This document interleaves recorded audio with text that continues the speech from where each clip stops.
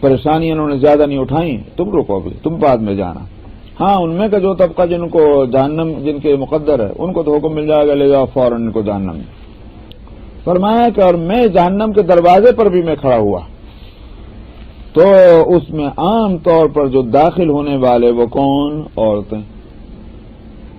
تو وجہ اس کی یہی ہے، یہاں تو اس کی وجہ نہیں بتلائی، لیکن جو اور روایتوں سے معلوم ہوتا ہے وہ یہ کہ کچھ عام کمزوریاں ہوتی ہیں عورتوں میں، یہ مطلب نہیں کہ ساری عام طور پر بات ہو رہی ہے یہ، جیسے مساکین، سارے مساکین کو یہ تھوڑی کہ تو کوئی مسکین ایسا نہ رہے جس کو جنت میں جانا ہونا ہو، عام بات ہو رہی ہے۔ اسی طرح سے عورتوں کے بارے میں ایک عام طور پر یہ ہے کہ بھئی ناشکری دو چیزیں حدیث سے معلوم ہوتی ہیں، ایک تو یہ ہے کہ ناشکری اور دوسرے یہ ہے کہ غیبت جو ہے، بیک بائٹنگ، یہ عام طور پر پائی جاتی، اس واسطے کہا گیا کہ یہ زیادہ تر گویا جہنم میں عام طبقہ جو تھا وہ عورتوں کا تھا، یہ رسول اللہ صلی اللہ علیہ وسلم نے فرمایا۔ وعن ابن عباس قال قال رسول اللہ صلی اللہ علیہ وسلم اطلعت في الجنة فرأيت أكثر أهلها الفقراء واطلعت في النار فرأيت أكثر أهلها النساء۔ مضمون وہی ہے، ابن عباس رضی اللہ عنہما کی روایت ہے، فرمایا کہ میں جنت پہ آیا تو میں نے اس کے جنت والوں کی اکثریت فقراء کی دیکھی، اور میں جہنم پہ میں پہنچا تو میں نے اکثریت وہاں کے آبادی کی جو ہے جہنم کی وہ عورتوں کو دیکھا۔ وعن عبد اللہ ابن عامر قال قال رسول اللہ صلی اللہ علیہ وسلم۔ اچھا اس زمانے چونکہ خیر کا زمانہ تھا، اسی طرح کی ایک بات آپ عید کے موقع پر آپ نے جب خطبہ دیا اس وقت بھی آپ نے فرمایا، اور اس کے بعد آپ نے فرمایا کہ عورتوں کو صدقہ دو، بس وہ تو وہ خیر کا زمانہ تھا، عورتوں نے تو آرگومنٹ کی یا رسول اللہ کیوں آپ نے فرمایا یہ؟ بھائی رسول نے فرمایا، اللہ کے فرمانے سے فرمایا، حقیقت ہے آپ نے فرمایا کہ بھائی صدقہ دو۔ چنانچہ عورتوں نے آپ کے حکم کی تعمیل کی اور اپنے زیور جو کچھ پہن کے سارے اتار کے دینے شروع کیے، اور یہ آتا ہے کہ حضرت بلال رضی اللہ عنہ کا آپ نے حکم دیا، وہ سارے ان کا جو کچھ انہوں نے دیا تھا وہ کپڑے کے اندر اکٹھا کر کے پوٹ باندھ کر کے پھر مسجد نبوی میں لے کر آئے تاکہ غریب اور غرباء پہ اس کی تقسیم ہو جائے۔ تو اس لیے بہترین طریقہ جو ہے وہ تمام برائیوں کی تلافی کرنے کا وہ ہے صدقات اور خیرات۔ وعن عبد الله بن عمرو قال قال رسول الله صلى الله عليه وسلم ان فقراء المهاجرين يسبقون الاغنياء يوم القيامه الى الجنه ب40 خريفا۔ عبداللہ بن عمرو بن العاص رضی اللہ عنہما کہتے ہیں کہ رسول اللہ صلی اللہ علیہ وسلم نے فرمایا کہ مہاجرین فقراء جو ہیں، جو بیچارے ہجرت کر کے آئے تھے اور فقر و فاقے میں تھے، کیونکہ مال کہاں سے لے کر آ سکے، وہ مالداروں سے پہلے قیامت کے دن جنت میں جائیں گے۔ کتنے پہلے؟ 40 سال۔ خریف موسم، دو موسم ہوتے ہیں، ایک خریف ایک ربیع ہے۔ ایک موسم بول کر کے سال مراد ہوتا ہے، کیونکہ ایک سال کے اندر خریف کا موسم ایک ہی آئے گا، ربیع کا موسم ایک ہی آئے گا، یہ عربوں کا محاورہ ہے، مراد اس سے سال۔ 40 سال پہلے، تو 40 سال کا مطلب دنیا کے 40 سال جو ہوں گے وہ یہی مراد دیے جائیں گے، جیسا کہ علماء کا کہنا ہے، تو جنت میں وہ پہلے پہنچ جائیں گے۔ وعن سهل بن سعد قال مر رجل على رسول الله صلى الله عليه وسلم فقال لرجل عنده جالس ما رأيك في هذا؟ فقال رجل من أشراف الناس هذا والله حري إن خطب أن ينكح وإن شفع أن يشفع۔ قال فسكت رسول الله صلى الله عليه وسلم ثم مر رجل فقال له رسول الله صلى الله عليه وسلم ما رأيك في هذا؟ فقال يا رسول الله هذا رجل من فقراء المسلمين هذا حري إن خطب أن لا ينكح وإن شفع أن لا يشفع وإن قال أن لا يسمع لقوله۔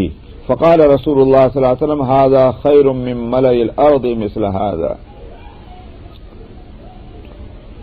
سہل بن سعد رضی اللہ عنہ سے روایت ہے کہ ایک شخص رسول اللہ صلی اللہ علیہ وسلم کے سامنے سے گزرا، آپ نے فرمایا ایک آدمی سے جو آپ کے پاس بیٹھا ہوا تھا، تمہاری کیا رائے ہے اس آدمی کے بارے میں جو یہ گزر کے گیا ہے؟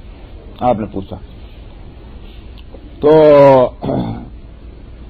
اس نے کہا کہ یہ آدمی شریف لوگوں میں ہے اور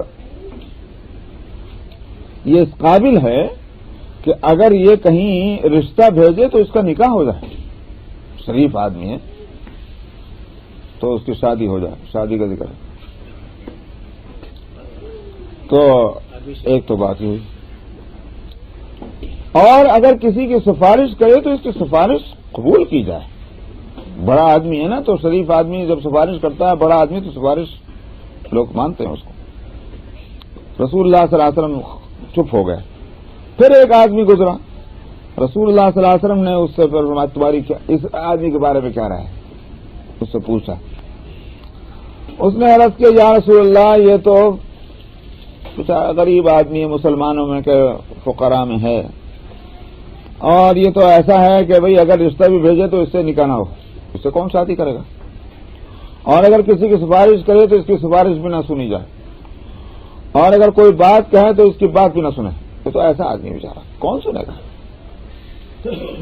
آپ نے فرمایا کہ یہ وہ جو پہلا جیسا آدمی گیا تھا، اگر پوری زمین بھی بھر جائے ایسے لوگوں سے، یہ اس سے سب سے افضل ہے۔ تم نے جس کو یوں کہا وہی تو افضل ہوا، کیوں؟ ظاہر ہے کہ وہ بھی اپنی اس غربت اور مسکینیت کے باوجود اگر اللہ کو راضی کرنے میں لگا ہوا ہے بیچارہ، قناعت اور صبر کے ساتھ، تو پھر اس کا مقام، اس لیے آپ نے فرمایا مقام اس کا بہت اونچا ہے۔ وعن عائشہ قالت ما شبع آل محمد من خبز الشعیر یومین متتابعین حتی قبض رسول اللہ صلی اللہ علیہ وسلم۔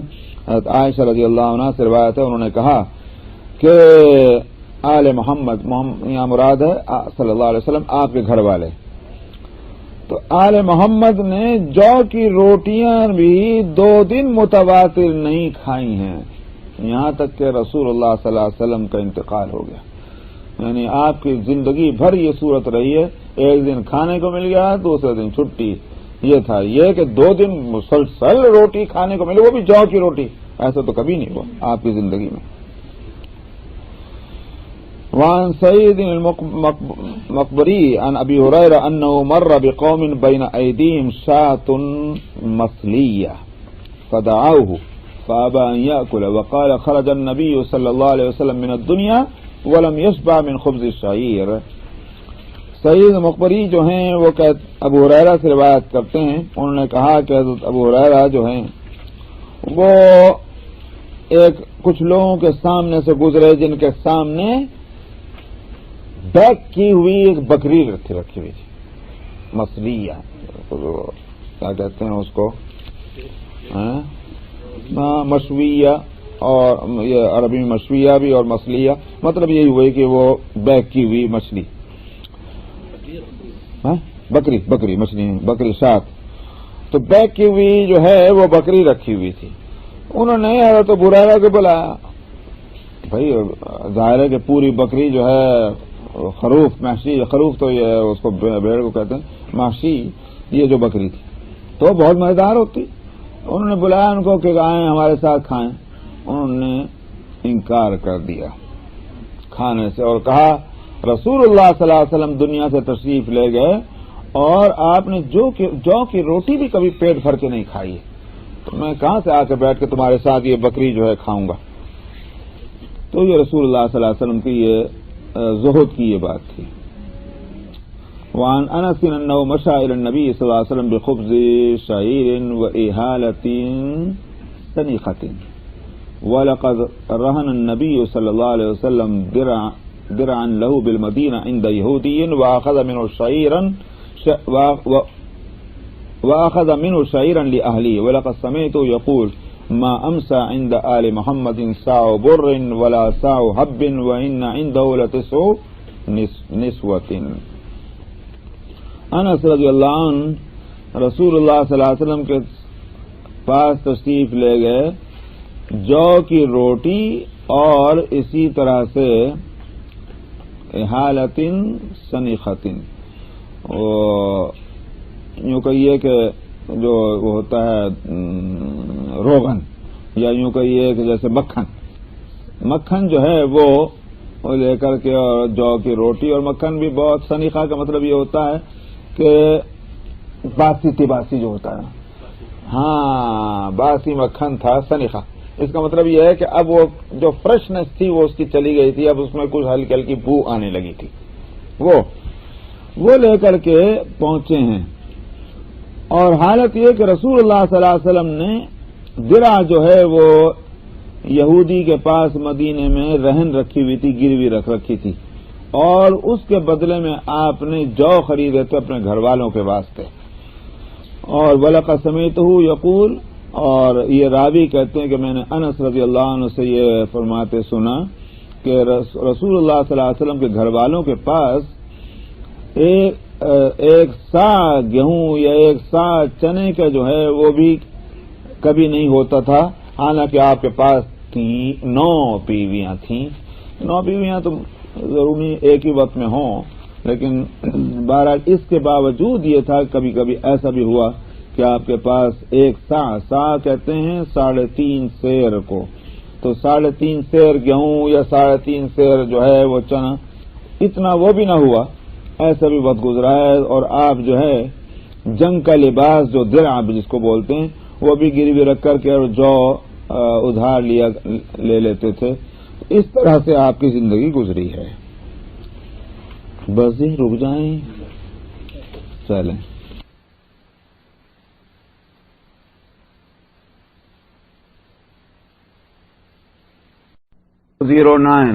5009 بسم الله الرحمن الرحيم. وعن عمر قال دخلت على رسول الله صلى الله عليه وسلم فإذا هو مضطجع على رمال حصير ليس بينه وبينه فراش.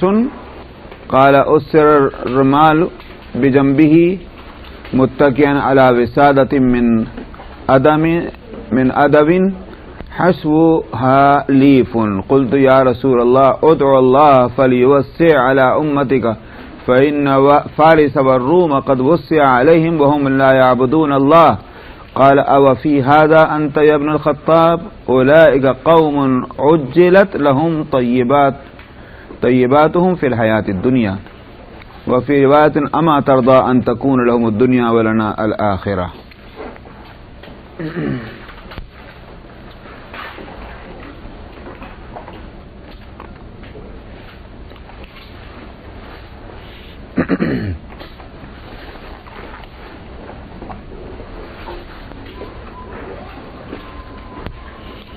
حضرت عمر رضی اللہ عنہ سے روایت ہے, انہوں نے کہا کہ میں رسول اللہ صلی اللہ علیہ وسلم کے پاس پہنچا, حاضر ہوا, تو آپ ایک چٹائی پر لیٹے ہوئے تھے.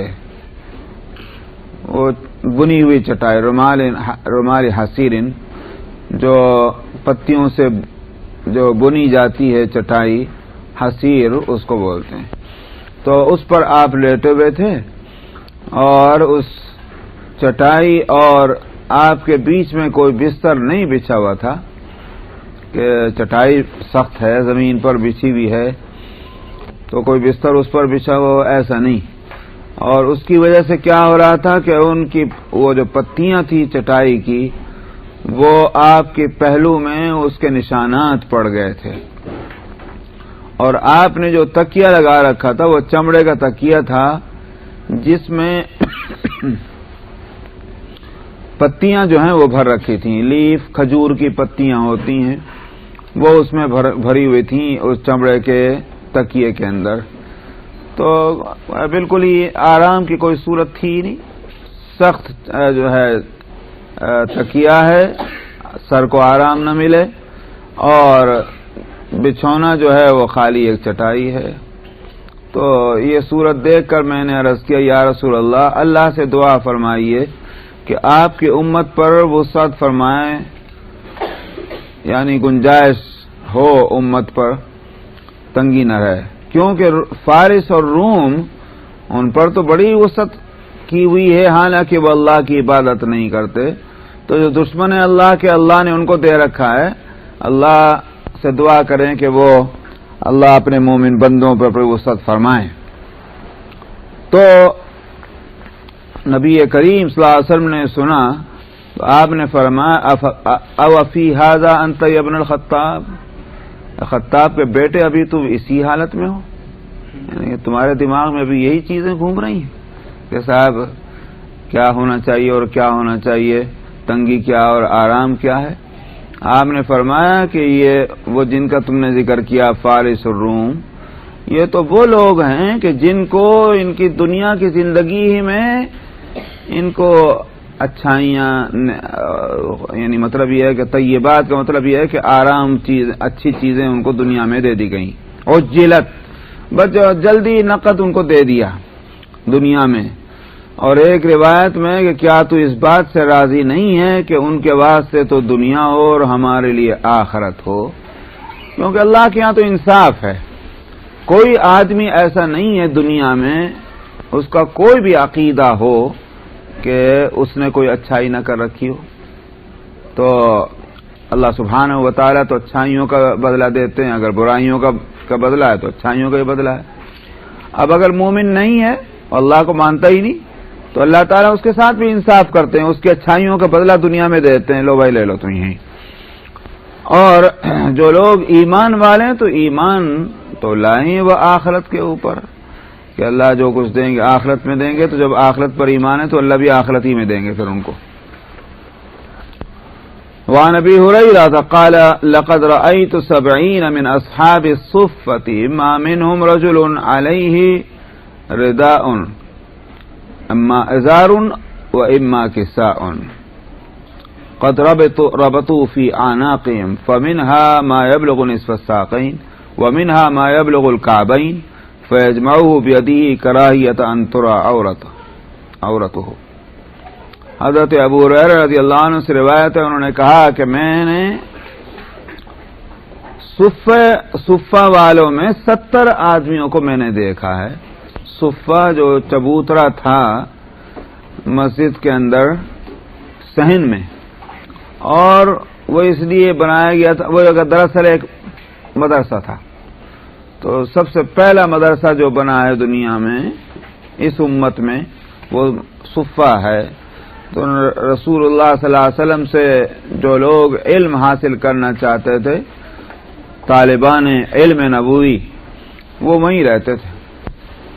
تو یہ کہتے ہیں حضرت ابو ہریرہ کہ میں نے 70 آدمیوں کو دیکھا ہے صفے والوں میں، ان میں کوئی بھی آدمی ایسا نہیں تھا کہ جس کے ساتھ پوری چادر ہی ہو، کہ جو پورا بدن جس سے وہ ڈھک سکے، یا تو کسی کے پاس صرف تہبندی ہے، اپنے ٹانگوں کو باندھ لے بس، اور یا پھر کوئی ایسی کملی ہے کہ اگر وہ جس کو وہ اپنی گردنوں میں باندھ لیں تو اب وہ گردنوں میں باندھیں تو اس کی جو چوڑائی تھی وہ نصف ساق یعنی آدھی پنڈلیوں تک پہنچ جائے۔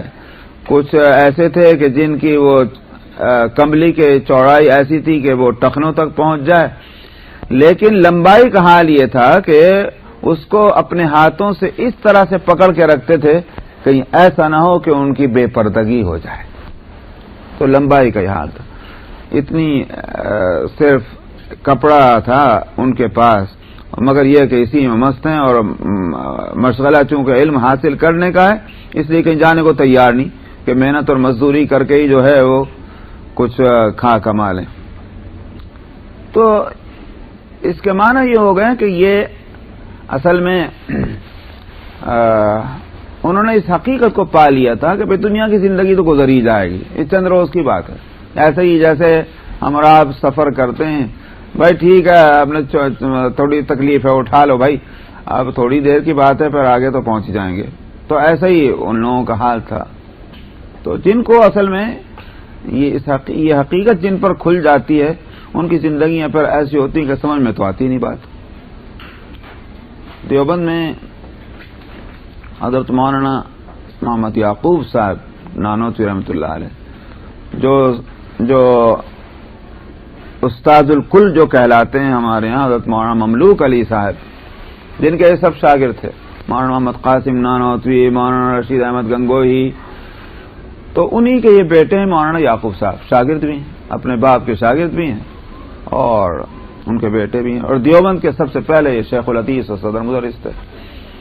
تو دیوبند میں مدرس بننے سے پہلے، ٹیچر بننے سے پہلے یہ بڑی اچھی پوزیشن پہ تھے، تعلیم کے سرکاری ان کی ملازمت تھی، انسپکٹر رہے مدارس کے، اور ان کو 100 روپے تنخواہ ملتی تھی وہ زمانے میں۔ یہ بات جو ہے لاسٹ سنچری کی بتا رہا ہوں، یوں سمجھیے کہ یہ 1800 تقریباً 72-73 کی بات ہے، 72-73 کہہ رہا ہوں، اب آپ تو 1807، تو آج سے تقریباً 125 سال پہلے 100 روپئے جس کی تنخواہ ہو، آج آپ اس کا کیا اندازہ کر سکتے ہیں۔ لیکن یہ کہ مولانا نانوتوی نے طے کیا کہ بھئی اب تم یہاں آ جاؤ دیوبند، تو چنانچہ دیوبند آ گئے۔ اس کے بعد ان کو اچھا تنخواہ کیا تھی؟ 20 روپے، آ گئے 20 روپے پہ۔ اب ان کو جناب آفر آ رہی ہے بھوپال کی ریاست کی طرف سے، اور کہاں سے کہ یہاں جانے کو تیار ہی نہیں، بس اب تو یہی۔ حالانکہ بال بچے والے تھے، سب کچھ تھا، ساری تنگیاں اٹھائیں، نہیں اب جو کام یہ ہے، یہی تو اصل کام ہے کہ پوری امت کا فائدہ جس میں، اس کو نہیں چھوڑ کے جانا۔ تو آج اگر ہم یہ باتیں اپنے معاشرے اور سوسائٹی میں کریں، جو ہمارا ذہن ہے اس میں سوائے اس کے کہ ان کو 2 گالیاں دیں گے، دعا تو اور کیا دیں گے، پاگل ہی تھے میاں، سمجھ میں عقل ماری گئی تھی کہ صاحب 100 روپے کی تنخواہ چھوڑ کے 20 روپے پڑا، مولویوں کو دماغ ہی خراب ہے بھائی، یہ تو کہیں گے اور کیا کہیں گے۔ لیکن اب آپ دیکھیں کہ اگر وہ یقیناً وہاں انسپکٹر اور مدارس تھے، چلے جاتے وہیں واپس، وہیں رہتے، کون جانتا مولانا یعقوب صاحب کیا چیز ہے۔ لیکن انہوں نے وہاں پہنچ کر، دیوبند پہنچ کر جو فائدے پہنچائے ہیں، اور جو ایک جماعت جن کے شاگردوں میں مولانا اشرف علی تھانوی ہیں، سمجھ میں آیا، اور تو جانے دیجیے، علامہ انور شاہ کشمیری ہیں، ایک سے ایک بڑھ کر مولانا حسین احمد مدنی ہیں، جنہوں نے دنیا کو بنایا ہے۔ تو یہ بات بڑی تھی اس وقت، چاہے نظر گئی ہو کہ نہ گئی، انہوں نے تو یہ سوچا کہ بھائی اللہ کے دین کا کام کرنا ہے بس، مجھے تو سیدھی بات ہے، روٹی زیادہ نہیں کھائیں گے، تھوڑی کھا لیں، کیا بات ہوگی۔ یہ ہے وہ بات کہ جو صحابہ نے، پورے مجمع نے صحابہ کے اس کو اپنے دلوں میں اتار لیا تھا، اور اللہ کے کچھ بندے ہیں جو قیامت تک شاید ہوتے رہیں گے، کاش ہم بھی ان میں شامل ہوں اور اللہ ہم کو بھی وہ مقام عطا فرما دے۔ وعنہ قال قال رسول اللہ صلی اللہ علیہ وسلم اذا نظر احدکم الى من فضل علیہ فی المال والخلق فلینظر الى من هو اسفل منه، متفق علیہ۔ اسی طرح شیخ الہند کا بھی ہے، شیخ الہند رحمۃ اللہ علیہ تنخواہ لیا کرتے تھے، مدرسے سے مدرس تھے، تنخواہ لیتے تھے، مگر یہ کہتے تھے کہ دل پہ میری گرانی ہوتی تھی۔ کچھ دن کے بعد، کچھ سالوں کے بعد یہ تھا کہ بھئی پتہ نہیں، ہم اللہ کے دین کا کام کر رہے ہیں اور پیسے لے رہے ہیں۔ اسی میں خواب میں دیکھا اپنے استاذ کو، کون ہے؟ حضرت نانوتوی۔ حضرت نانوتوی نے فرمایا اے محمود، یہ آخر کب تک تم مدرسے سے پیسے لیتے رہو گے؟ اب جناب والا وہ اٹھے تو پریشان ہوئے، تو حضرت گنگوئی رحمۃ اللہ علیہ کے پاس پہنچے، میں نے یہ خواب دیکھا ہے، حضرت فرما رہے ہیں، فرمایا کہنے دو ان کو، جی تم لیتے رہو، ان کو کہنے دو۔ تو شیخ الہند کہتے ہیں کہ بھائی میرے پیر تھے وہ حضرت گنگوئی، تو اس واسطے میرے استاد تو حضرت نانوتوی تھے، ان کے استاد نانوتوی اور گنگوئی پیر ہیں۔ تو پیر صاحب نے کہا جی اب میں کیسے خلاف کروں، لیتا رہا، لیکن طبیعت میں رہی میری بات وہ۔ آخر کچھ عرصے کے بعد یہ ہوا، میں نے فیصلہ، جب حضرت گنگوئی کا انتقال ہو گیا، کہ میں نے کہا بھائی اب میرے پیر کا انتقال ہو گیا، اب میرے اوپر کوئی پابندی نہیں رہی، لہذا اب لینا چھوڑ دیا۔ انہوں نے کہا کہ مجھے خیال تو ہوا کہ بھائی میرے اوپر قرضہ ہے اور میں تنخواہ چھوڑ دوں گا تو میں قرض کہاں سے ادا کروں گا۔ انہوں نے فرمایا کہ بس میں جب فیصلہ کیا، اللہ نے میرا قرض بھی چکایا اور میری گزر بسر بھی خوب ہونے لگی، تنخواہ چھوڑ دی اور گزر بسر ہو رہی۔ اللہ دے تو اس طرح دیں۔ حضرت ابو ہریرہ رضی اللہ عنہ سے ہی روایت ہے، انہوں نے کہا کہ رسول اللہ صلی اللہ علیہ وسلم نے فرمایا جب تم میں سے کوئی شخص اس کو دیکھے کہ جس کو مال میں اور اسی طرح سے صورت شکل میں جس کو فضیلت اور برتری مل گئی ہے، مطلب اپنے سے اچھا ہے، کوئی مال بھی ہے اور خوبصورتی بھی ہے، تو اب کیا ہوگا پھر اپنے اندر احساس کیا پیدا ہوگا؟ بیچارہ تو یہ بالکل ہی دب بھج جائے گا. تو فرمایا کہ پھر جو اپنے سے نیچے ہے اس کو دیکھ لو. بس یہ ہے دنیا میں طریقہ. دنیا میں اپنے سے اوپر والوں کو مت دیکھو، ورنہ تو پریشان رہو گے، نہ کھانے میں دل لگے گا نہ راتوں کو نیند آئے گی، اسی میں فکر میں لگے رہو گے. اس لیے اپنے سے نیچے کو دیکھو کہ دیکھو اللہ کی مخلوق یہ بھی تو ہے. تو آخرت کے معاملے میں اپنے سے اوپر والے کو دیکھو، دنیا کے معاملے میں اپنے سے نیچے والے کو دیکھو، تو پھر منزل آسان ہو جاتی ہے. وفي رواية لمسلم قال انظروا إلى من هو أسفل منكم ولا تنظروا إلى من هو فوقكم فهو أجدر أن لا تزدروا نعمة الله عليكم، ألا تزدروا نعمة الله عليكم. اور مسلم کی روایت میں یہ ہے کہ جو تم سے نیچے ہے اس کو دیکھو، ان کو نہ دیکھو جو تم سے اوپر ہیں، کیونکہ ایسا ہی آدمی جو ہے وہ اس بات کا پھر حقدار ہو جاتا ہے کہ وہ اللہ کی نعمتیں جو تمہارے اوپر ہیں اس کو وہ حقیر نہ سمجھے، کیونکہ نعمتوں سے تو کوئی بھی خالی نہیں. بھئی ہم سمجھتے ہیں کہ بھئی اگر غریب ہیں کھانے کو نہیں مل رہا ہم بہت پریشان ہیں، بڑی مصیبت میں. اے میاں مصیبت کو یاد کر رہے، یہ نہیں دیکھ رہے کہ کتنی نعمتیں بھی ساتھ میں ہیں. سانس لے رہا ہے، پانی پی رہا ہے، نیند آ رہی ہے، ہاتھ پاؤں چل رہے ہیں، دماغ صحیح کام کر رہا ہے، آنکھیں کان کام کر رہے. ان نعمتوں کو آدمی شمار نہیں کرتا. تو اگر اپنے سے نیچے کو دیکھے گا تو پھر یہ ہوگا کہ اللہ کی نعمتیں اس کو یاد آئیں گی جو اس کے ساتھ میں ہیں. ناشکری نہیں ہوگی، شکر گزاری کا جذبہ پیدا ہوگا. الفصل الثانی عن ابی ہریرہ قال قال رسول اللہ صلی اللہ علیہ وسلم يدخل الفقراء والجنہ قبل الاغنیاء ب500 عام نصف یوم. ابو ہریرہ رضی اللہ عنہ سے روایت ہے، انہوں نے کہا کہ رسول اللہ صلی اللہ علیہ وسلم نے فرمایا کہ جو فقراء ہوں گے وہ جنت میں اغنیاء سے 500 سال پہلے، اور اس کی وضاحت کر دی آدھے دن پہلے، کیونکہ 1000 دن کے برابر ہوگا اس قیامت کا ایک دن. وَإِنَّ يَوْمًا عِندَ رَبِّكَ كَأَلْفِ سَنَةٍ، 1000 سال کے برابر. تو 1000 سال کے برابر کا مطلب کیا ہوا کہ صاحب آدھا دن 500 سال کے برابر ہو گیا. تو 500 سال پہلے یہ فقراء پہنچ جائیں گے اغنیاء سے پہلے، اس واسطے کہ وہاں ٹیکس کا مسئلہ ہی کوئی نہیں ہے. بھائی ٹیکس دیں گے کہیں پہ جب مال ہے نہیں. تو مال زیادہ ہوتا ہے تو ان کا بھائی اب انکم ٹیکس دو، اب کسٹم دو، فلانا کرو، یہ وہاں ہی نہیں کچھ، تو جلدی پہنچ جائیں گے. وعن انس ان النبي صلی اللہ علیہ وسلم قال اللهم احيني مسكينا وامتني مسكينا واحشرني في زمرة المساكين. فقالت عائشة لما يا رسول الله؟ قال انهم يدخلون الجنة قبل اغنيائهم ب40 خريفا. يا عائشة لا تردي المسكين ولو بشق تمرة. يا عائشة احبي المساكين وقربيهم فإن الله يقربك يوم القيامة. حضرت انس رضی اللہ عنہ سے روایت ہے کہ نبی کریم صلی اللہ علیہ وسلم نے یہ فرمایا، دعا کی، اے اللہ مجھے مسکین بنا کے زندہ رکھیے اور مجھے مسکین ہی ہونے کی حالت میں مجھے موت دیجیے، اور مساکین کے جماعت میں زمرے میں میرا حشر فرمائیے. تو عائشہ رضی اللہ عنہ نے عرض کیا، یا رسول اللہ ایسا کیوں، یہ آپ کیسی دعا مانگ رہے؟ بھیا دعا تو مانگی جاتی ہے، اللہ میاں مجھے مالدار کر دیجیے، دعا تو یہ ہوتی، لیکن آپ تو یہ دوسری دعا مانگ رہے ہیں. آپ نے فرمایا ہاں اس لیے کہ یہ اغنیاء سے 40 سال پہلے جنت میں چلے جائیں گے. تو یہاں 40 سال ہے اور وہاں 500 سال ہے.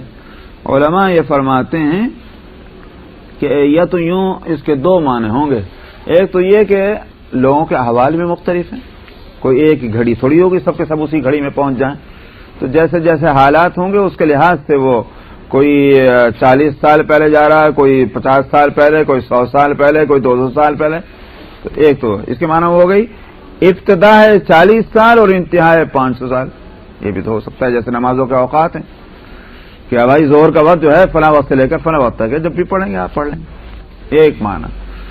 اور دوسرے معنی جو ہیں وہ یہ ہیں کہ اصل میں وہ دن جو ہے اس کی جو لمبائی اور چوڑائی بتائی گئی ہے 1000 سال، اس کے معنی یہ نہیں ہے کہ آپ، یہ ضروری نہیں ہے کہ یہ معنی ہو کہ صاحب آپ کا دن 24 گھنٹے کا ہوتا ہے اور 1 گھنٹہ 60 منٹ کا ہوتا ہے اور 1 منٹ 60 سیکنڈ کا ہوتا ہے.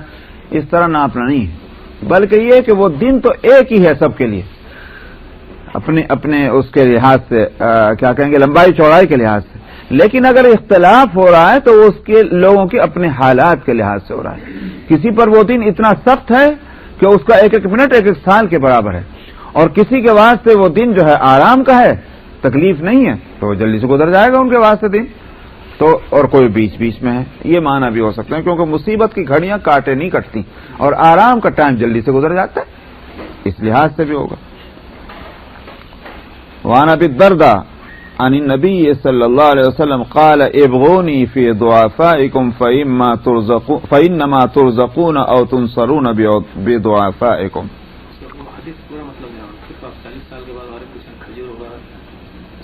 ہاں تو اس پر حضرت عائشہ رضی اللہ عنہ نے جو عرض کیا تھا کہ کیوں یا رسول اللہ، تو آپ نے فرمایا تھا کہ اس لیے کہ یہ مساکین جو ہیں وہ 40 سال پہلے اغنیا سے 40 سال پہلے جنت میں داخل ہوں گے.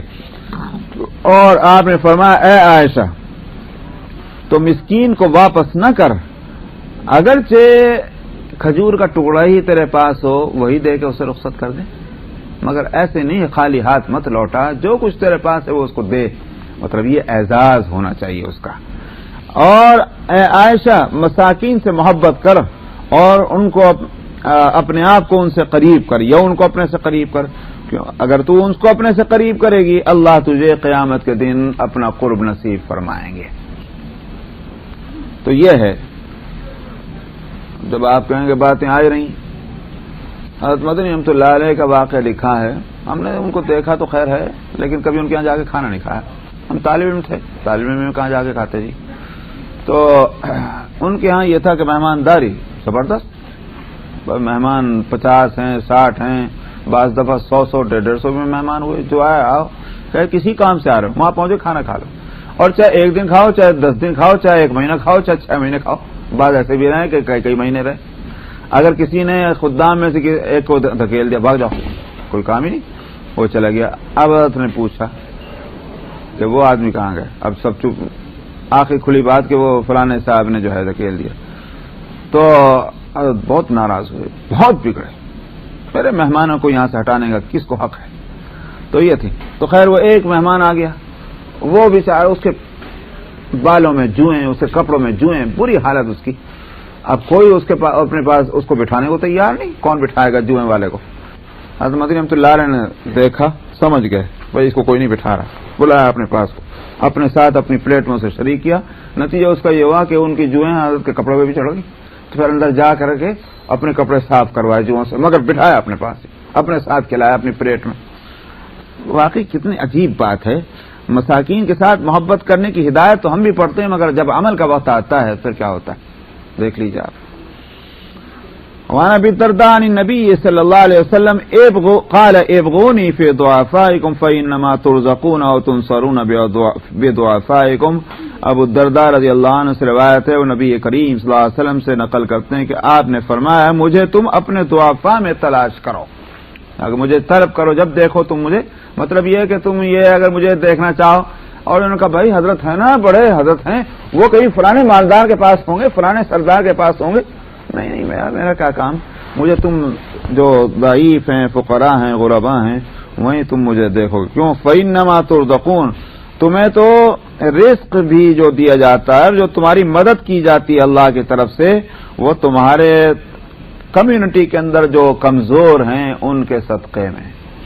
تم سمجھتے ہو کہ تمہیں اپنی خوبیوں کی وجہ سے مل رہا ہے، یہ بات نہیں ہے، بلکہ جو کمیونٹی کے غرباء اور مساکین ہیں اللہ کسی کو مال دے دیتے ہیں ان کی وجہ سے، اور پھر دیکھتے ہیں یہ کیا کر رہا. اب اگر وہ سارا سمیٹ کے بیٹھ گیا، غلط کر دیا اس نے کام. اور اگر وہ اللہ کی دی ہوئی اس نعمت کو اللہ کے بندوں پہ خرچ کر رہا ہے، اللہ خوش ہوتے ہیں، ہاں میں نے ٹھیک آدمی کو دیا، اس نے ٹھیک اس کی قدر پہچانی اور وہ ضعیفوں کو دے رہا ہے۔ وعن امیہ ابن خالد ابن عبداللہ ابن اسید عن النبی صلی اللہ علیہ وسلم انه كان يستفتح بالصعاليك المهاجرین۔ امیہ ابن خالد ابن عبداللہ ابن اسید سے روایت ہے کہ نبی کریم صلی اللہ علیہ وسلم مہاجرین کے جو غربا تھے ان کے ذریعے سے اللہ سے مدد چاہا کرتے تھے۔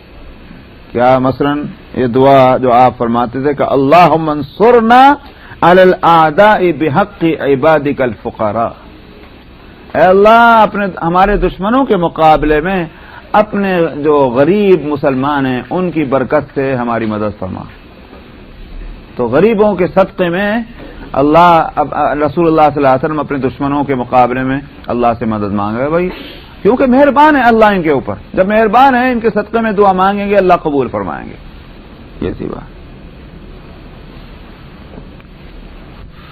وعن ابی ہریرہ قال قال رسول اللہ صلی اللہ علیہ وسلم لا تغبطن فاجرا بنعمت فإنك لا تدری ما هو لاق بعد موته ان له عند اللہ قاتلا لا يموت، یعنی النار۔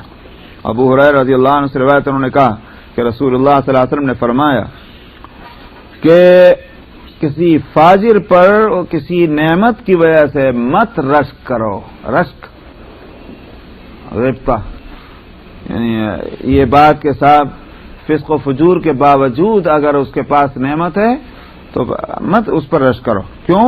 اس لیے کہ تمہیں نہیں پتا ہے کہ وہ مرنے کے بعد وہ اس کو کس چیز سے واسطہ پڑنے والا ہے، کیا ملنے والی ہے اس کو۔ فرمایا کہ اس کے واسطے اللہ کے یہاں اس کو ایک قاتل ہے جو مرے گا نہیں، اور وہ کیا ہے وہ قاتل؟ فرمایا آگ، بس آگ ہے اس کے لیے، تو نہ خود مرے نہ مرنے دے، یہ ہوگا اس کا حشر، کیونکہ فاجر ہے۔ اس واسطے اصل میں متقیوں کے اوپر رش کرنا چاہیے، فاجروں پر نہیں۔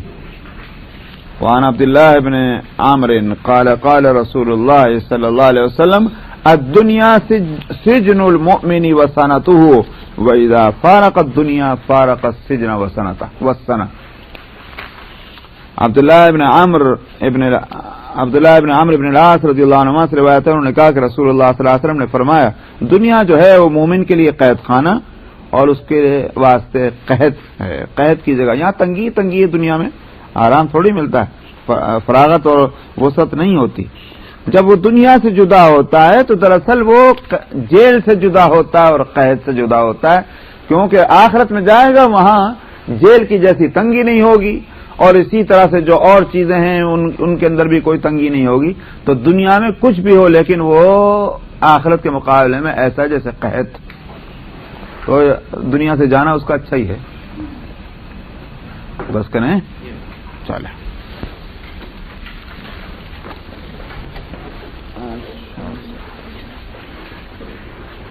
کو زرا بولتے ہیں، اور جانور کے اوپر گھوڑے کے اوپر اس پر جو ڈالتے ہیں اس کو عربی میں تجفاف کہتے ہیں، شاید اس کو اردو میں پاکھر کہتے ہیں۔ تو وہ تیار کر لو فقر کے واسطے، کیونکہ فقر جو ہے جو مجھ سے محبت کرتا ہے اس کی طرف لپکتا ہے۔ فقر جیسے بہتی جو ہے پانی کی، وہ جو اس کی منزل ہے وہاں تک جیسے پہنچاتی کسی چیز کو، جو پانی بہ رہا ہے تو پانی بہ رہا ہے اس کے اوپر جو چیز ہوگی تو جہاں تک زیادہ پانی ٹکرائے گا وہاں تک اس کو جلدی سے پہنچا دے گی۔ اسی طرح سے فقر جو ہے اس آدمی کی طرف لپکتا ہے جو مجھ سے محبت کرے۔ اللہ اور اس کے رسول کے ساتھ محبت کرنے والوں کی اسی واسطے یہ شان ہے کہ ان میں زیادہ تر فقر جو رہتا ہے وہ اس کی وجہ وہی ہے کہ وہ محبت جو ہے پھر یہ اس کا یہ طبعی تقاضا ہوتا ہے، کیونکہ اللہ کے رسول صلی اللہ علیہ وسلم نے اپنے لیے اسی بات کو پسند کیا تھا۔ جب اس بات کو اپنے لیے پسند کرتے ہیں جو دعائیں آ چکی ہیں، اللہم اجعلنی مسکینا، یہ فقر آپ کا اختیاری تھا، دعائیں مانگ مانگ کر آپ نے اپنے لیے مسکنت اور فقر کو چاہا تھا۔ تو حدیث سے گزر چکی وہ بھی کہ آپ نے فرمایا کہ مجھے اللہ نے اختیار دیا تھا کہ یا تو میں تمہارے لیے ساری چیزیں سونے کی بنا دوں، دنیا تمہارے سامنے لے آؤں، اور یا پھر تم فقر کو پسند کرو۔ تو میں نے کہا اے اللہ مجھے یہ دنیا نہیں چاہیے، مجھے تو یہ چاہیے کہ میں ایک دن کھانا کھاؤں اور ایک دن بھوکا رہوں.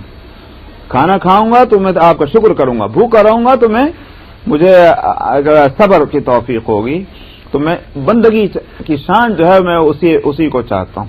تو جب آپ نے اپنے اختیار سے اس حالت کو پسند کیا ہے تو محبت کرنے والا اس کی محبت جو ہے مکمل ہوگی نہیں، سچی ہوگی نہیں جب تک محبوب کی ادا اس کو پسند نہ ہو.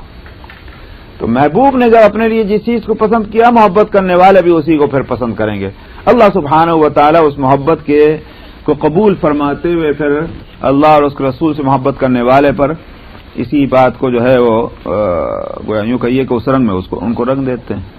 وعن انس انه قال رسول الله صلی اللہ علیہ وسلم لقد اخفت في الله وما يخاف احد ولقد اوذيت في الله وما يؤذى احد ولقد اتت علي 30 من بيني ليلة ويوم وما لي ولبلال طعام يأكله ذو كبد إلا شيء يواريه ابط بلال. حضرت انس رضی اللہ عنہ کہتے ہیں کہ رسول اللہ صلی اللہ علیہ وسلم نے فرمایا مجھے اللہ کے معاملے میں مجھے اتنا ڈرایا گیا، یعنی خوف میرے اوپر اس طرح مسلط ہوا کوئی آدمی اتنا نہیں ڈرایا گیا. یعنی ایسے حالات پیدا ہوئے کہ آدمی جو ہے اس میں اب جان گئی ایسی صورت. اور مجھے اللہ کے دین کے معاملے میں اتنی تکلیف دی گئی جو کسی کو تکلیف نہیں دی گئی. یہ آپ فرما رہے ہیں، اس لیے کہ آپ کا دوسری حدیث کو اگر ملا لیا جائے کہ انبیاء علیہ الصلوۃ والسلام دنیا میں سب سے زیادہ تکلیف میں رہے ہیں، ثم الامثل فالامثل، پھر جو ان سے زیادہ قریب ہوں، پھر جو ان سے زیادہ قریب ہوں، سب زیادہ شدتوں میں تکلیفوں میں رکھے گئے ہیں. اور آپ جو ہیں وہ سید الانبیاء ہیں، تو اس واسطے جب آپ سب سے بڑے ہوئے تو پھر آپ کو سب سے زیادہ تکلیف پہنچنی چاہیے. تو یہ ہے کہ مجھے اللہ کے معاملے میں اتنی تکلیف پہنچائی گئی کہ کسی اور کو اتنی تکلیف نہیں پہنچائی گئی. اور آپ نے فرمایا کہ میرے اوپر 30 راتیں اور 30 دن ایسے گزرے ہیں کہ میرے اور بلال کے پاس، حضرت بلال آپ کے ساتھ ہوں گے، میرے اور بلال کے لیے کھانے کو کہ جو ایک وہ آدمی کہ جس کے اندر جگر ہے، ذو کبد، جس کا جگر ہے یعنی مطلب جاندار، اس کے کھانے کے لیے وہ کافی نہ ہو. تو 30 راتیں اور 30 دن ایسے گزرے ہیں میرے اوپر. اور آپ نے فرمایا سوائے اس کے کہ جو بلال کے بغل میں چھپ جائے، یہ مطلب کوئی چیز تھی وہ اتنی مقدار میں تھی کہ جیسے اگر یہاا لٹکا لو تو بغل ہی اس کو چھپا لے، اتنی مقدار تھی. اس پر 30 راتیں اور 30 دن ہمارے دونوں کے گزرے.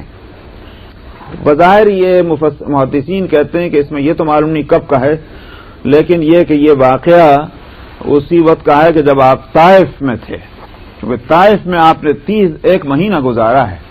جس وقت آپ مکہ مکرمہ سے تشریف لے گئے تھے طائف میں، وہاں جو بنو عبد العلیل کو سے ملاقات کی تو برابر کوشش کرتے رہے سمجھانے کی. 1 مہینہ آپ وہاں رہے اور یہ لوگ جو ہیں برابر ہر دن آپ کو ستاتے تھے اور پھپتیاں کستے تھے، فقرے کستے تھے، مذاق اڑاتے تھے، پتھر مارتے تھے، ایک دیوانے کی طرح سے حشر کر رکھا تھا. تو یہ اب اس میں کہاں سے کھانے کو ملے گا؟ جس شہر میں یہ حالت ہو رہی ہو اس شہر میں کھانے کو کیسے لیں گے؟ تو یہ 30 دن اور 30 راتیں گزری. اس میں ایک سوال یہ پیدا ہوتا ہے کہ سیرت کی کتابوں میں تو اس میں آپ کے ساتھ زید ابن حارثہ کا ہونا آتا ہے کہ آپ کے ساتھ زید ابن حارثہ، اور یہاں حضرت بلال کا ذکر ہے.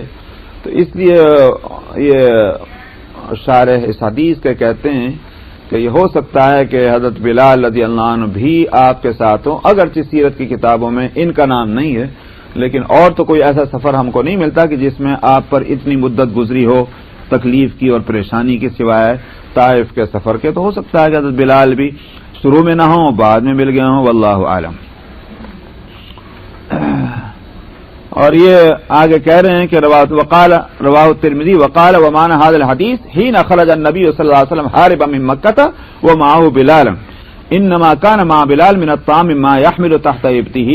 کہ معنی اس حدیث کے امام ترمذی کہتے ہیں کہ یہ کہ رسول اللہ صلی اللہ علیہ وسلم مکے سے جب تشریف لے گئے نکل کر، اور آپ کے ساتھ بلال رضی اللہ عنہ تھے تو حضرت بلال کے ساتھ کھانے کی بس اتنی چیز تھی کہ جس کو اپنے بغل کے اندر چھپا کے رکھیں، اتنا تھا. 30 راتیں اور 30 دن اسی پر گزرے ہیں.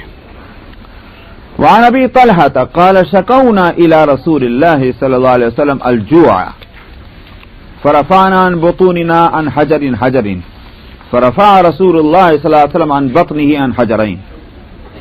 یہ واقعہ جیسا کہ سیرت کی کتابوں میں بھی ہے، یہ واقعہ غزوہ اس کا ہے، کیا نام ہے، غزوہ خندق کا، کہ ابو طلحہ رضی اللہ عنہ سے روایت ہے کہ ہم نے رسول اللہ صلی اللہ علیہ وسلم سے بھوک کی شکایت کی اور ہم نے اپنے پیٹ کھول کر بتایا کہ صاحب دیکھ لیجیے اب تو ہم نے پتھر باندھ رکھا ہے ایک ایک. اور پتھر باندھنے کی وجہ یہ ہوتی ہے کہ جب پیٹ بالکل خالی ہو جائے اور غذا اس میں نہیں رہے تو آدمی سیدھا نہیں کھڑا ہو سکتا. تو اب محنت کا کام ہے تو اب کھڑا ہونا ہے، جھکنا ہے. تو اب یہ تھا کہ بھئی تاکہ پیٹ میں جب کچھ نہیں ہے تو کمر کیسے سیدھی ہوگی، کمر کس طرح سے آخر کام کرے گی، تو پتھر باندھ لیا. تو اب عرض کیا یار، اب پھر اور تکلیف ہوئی، بھوک نے اور بھی ستایا، تو آپ سے جا کر عرض کیا. تو آپ نے اپنا پیٹ کھول کے بتایا کہ دیکھ لو بھائی میری حالت، آپ کے دو پتھر بندھے ہوئے تھے، ان سے زیادہ بوجھ باندھ رکھا تھا. تو رسول اللہ صلی اللہ علیہ وسلم کا یہ فرمانا کہ میں کسی کو اتنی تکلیف نہیں پہنچی جتنی مجھے پہنچی ہے، یہ اس سے بات معلوم ہو گئی. وعن ابی ہریرہ انہ اصابہم جوع فاعطاہم رسول اللہ صلی اللہ علیہ وسلم تمرتن. ابو ہریرہ رضی اللہ عنہ سے روایت ہے کہ ان صحابہ کو بھوک نے ستایا. یہ تو یہ تمام صحابہ ہوں یا اہل صفہ، کیونکہ ابو ہریرہ انہی میں تھے طالبان علم کے اندر، طلبہ میں. تو رسول اللہ صلی اللہ علیہ وسلم نے ان کو ایک ایک کھجور دے دی. اب ایک کھجور سے کیا ہوگا، مگر جو تھا آپ نے وہ سب کو بانٹ دیا صفے والوں کے پاس. اس طرح صورت ہوئی. وعن عمرو بن شعیب عن ابی عن جدی عن رسول اللہ صلی اللہ علیہ وسلم قال خصلتان من كانتا فيه كتبه الله شاكرا صابرا من نظر في دينه الى من هو فوقه فاقتدى به والنظر في دنياه الى من هو دونه فحمد الله على ما فضله الله عليه كتبه الله شاكرا صابرا ومن نظر في دينه الى من هو دونه ونظر في دنياه الى من هو فوقه فاسف على ما فاته منه لم يكتبه الله شاكرا ولا صابرا. عمرو بن شعیب اپنے والد سے اور وہ اپنے والد سے روایت کرتے ہیں کہ رسول اللہ صلی اللہ علیہ وسلم نے فرمایا دو باتیں ایسی ہیں کہ جس میں ہوں گی، یہ دو باتیں جس آدمی میں، اللہ اس کو شاکر اور صابروں کی فہرست میں اس کو لکھ لیں گے، اس کا شمار فرما لیں گے. شاکر اور صابر دو ہی تو باتیں ہیں، یا شکر کرو صبر کرو. تو یہ دونوں حالتیں کس ہوں گی اس پر، اور اس زمرے میں اس کو شامل فرمائیں گے. کون ہے وہ آدمی جس میں یہ دو باتیں، کیا ہیں وہ دو باتیں؟ فرمایا کہ جس نے دین کے معاملے میں تو اپنے سے اوپر آدمی کو دیکھا اور پھر اس کی اقتدا کی. مطلب کیا ہوا اقتدا کرنے کا، یعنی اسی راستے پر چل پڑا، وہی طریقے اختیار کرنے لگا تاکہ یہ بھی خود وہاں اس مقام پر پہنچ سکے. اور اپنی دنیا کے معاملے میں اپنے سے نیچے کو پر نظر کی تو نتیجہ اس کا کیا نکلا، فحمد اللہ، اللہ نے جو اس کو اپنی مہربانیوں سے نوازا ہے اس پر اللہ کا شکر کرنے لگا. اے اللہ، میں آپ کی مہربانی، مجھے اس سے اچھا آپ نے بنایا ہے. تو اب یہ ہو گیا شاکر اور صابر. اللہ اس کو شاکر اور صابر کے فہرست میں لکھ دیتے ہیں. اور جس نے دین کے معاملے میں تو اپنے سے نیچے کو دیکھا اور دنیا کے معاملے میں اپنے سے اوپر والے کو دیکھا، اور پھر نتیجہ کیا ہوا اس کا، تو جو اس کے پاس نہیں اس پر افسوس کرنے لگا. دیکھو جی اس کے پاس فلاں چیز ہے، میرے پاس ہے نہیں، اوہو اب کیا کرنا چاہیے، ابھی افسوس میں پڑا ہوا ہے. اللہ اس کو شاکر اور صابروں کی فہرست میں نہیں لکھیں گے. تو اس لیے دین کے معاملے میں جیسے ایک اور بات ہے کہ دنیا کے معاملات میں تو یوں اس طرح اپنا نظریہ بناؤ کہ ہمیشہ رہنا ہے، اور دین کے معاملے میں اپنا نظریہ یہ بناؤ کہ اب چلے. تو اس سے کیا ہوگا کہ دین کے معاملے میں جو ٹال مٹول ہے، ابھی ہم ہاں کر لیں گے بھائی، ابھی اتنا بھی وقت ہے، یہ نہیں ہوگا. بلکہ ہر کام دین کا جو ہوگا جیسی آئے گا سامنے فوراً کھڑا ہو جائے گا، پتہ نہیں زندگی رہے کہ نہیں رہے، میاں کر ڈالو جو کرنا ہے. تو اور دنیا کے معاملے میں آدمی سمجھے کہ بھائی ہے ابھی فکر کیا ہے، کر لیں گے. یہاں جو ہے اس کو پریشانی نہیں ہوگی. تو اس لیے دنیا کے معاملے میں اطمینان ہو اور دین کے معاملے میں گھبراہٹ ہو. ایسے یہ بھی بات ہے. الفصل الثالث عن ابی عبد الرحمن الحبلی قال سمعت عبد الله بن عمرو وسأله رجل قال ألسنا من فقراء المهاجرين فقال له عبد الله ألك امرأة تأوي إليها؟ قال نعم. قال ألك مسكن تسكنه؟ قال نعم. قال فأنت من الأغنياء. قال فإن لي خادما. قال فأنت من الملوك. قال عبد الرحمن وجاء 3 نفر إلى عبد الله بن عمرو وأنا عنده فقالوا يا أبا محمد أنا والله ما نقدر ولا شيء لا نفقة ولا دابة ولا متاع. فقال لهم ما شئتم إن شئتم رجعتم إلينا فأعطيناكم ما يسر الله لكم وإن شئتم ذكرنا أمركم للسلطان وإن شئتم صبرتم فإني سمعت رسول الله صلى الله عليه وسلم يقول إن فقراء المهاجرين يسبقون الأغنياء يوم القيامة إلى الجنة ب40 خريفا. قالوا فإنا نصبر لا نسأل شيئا.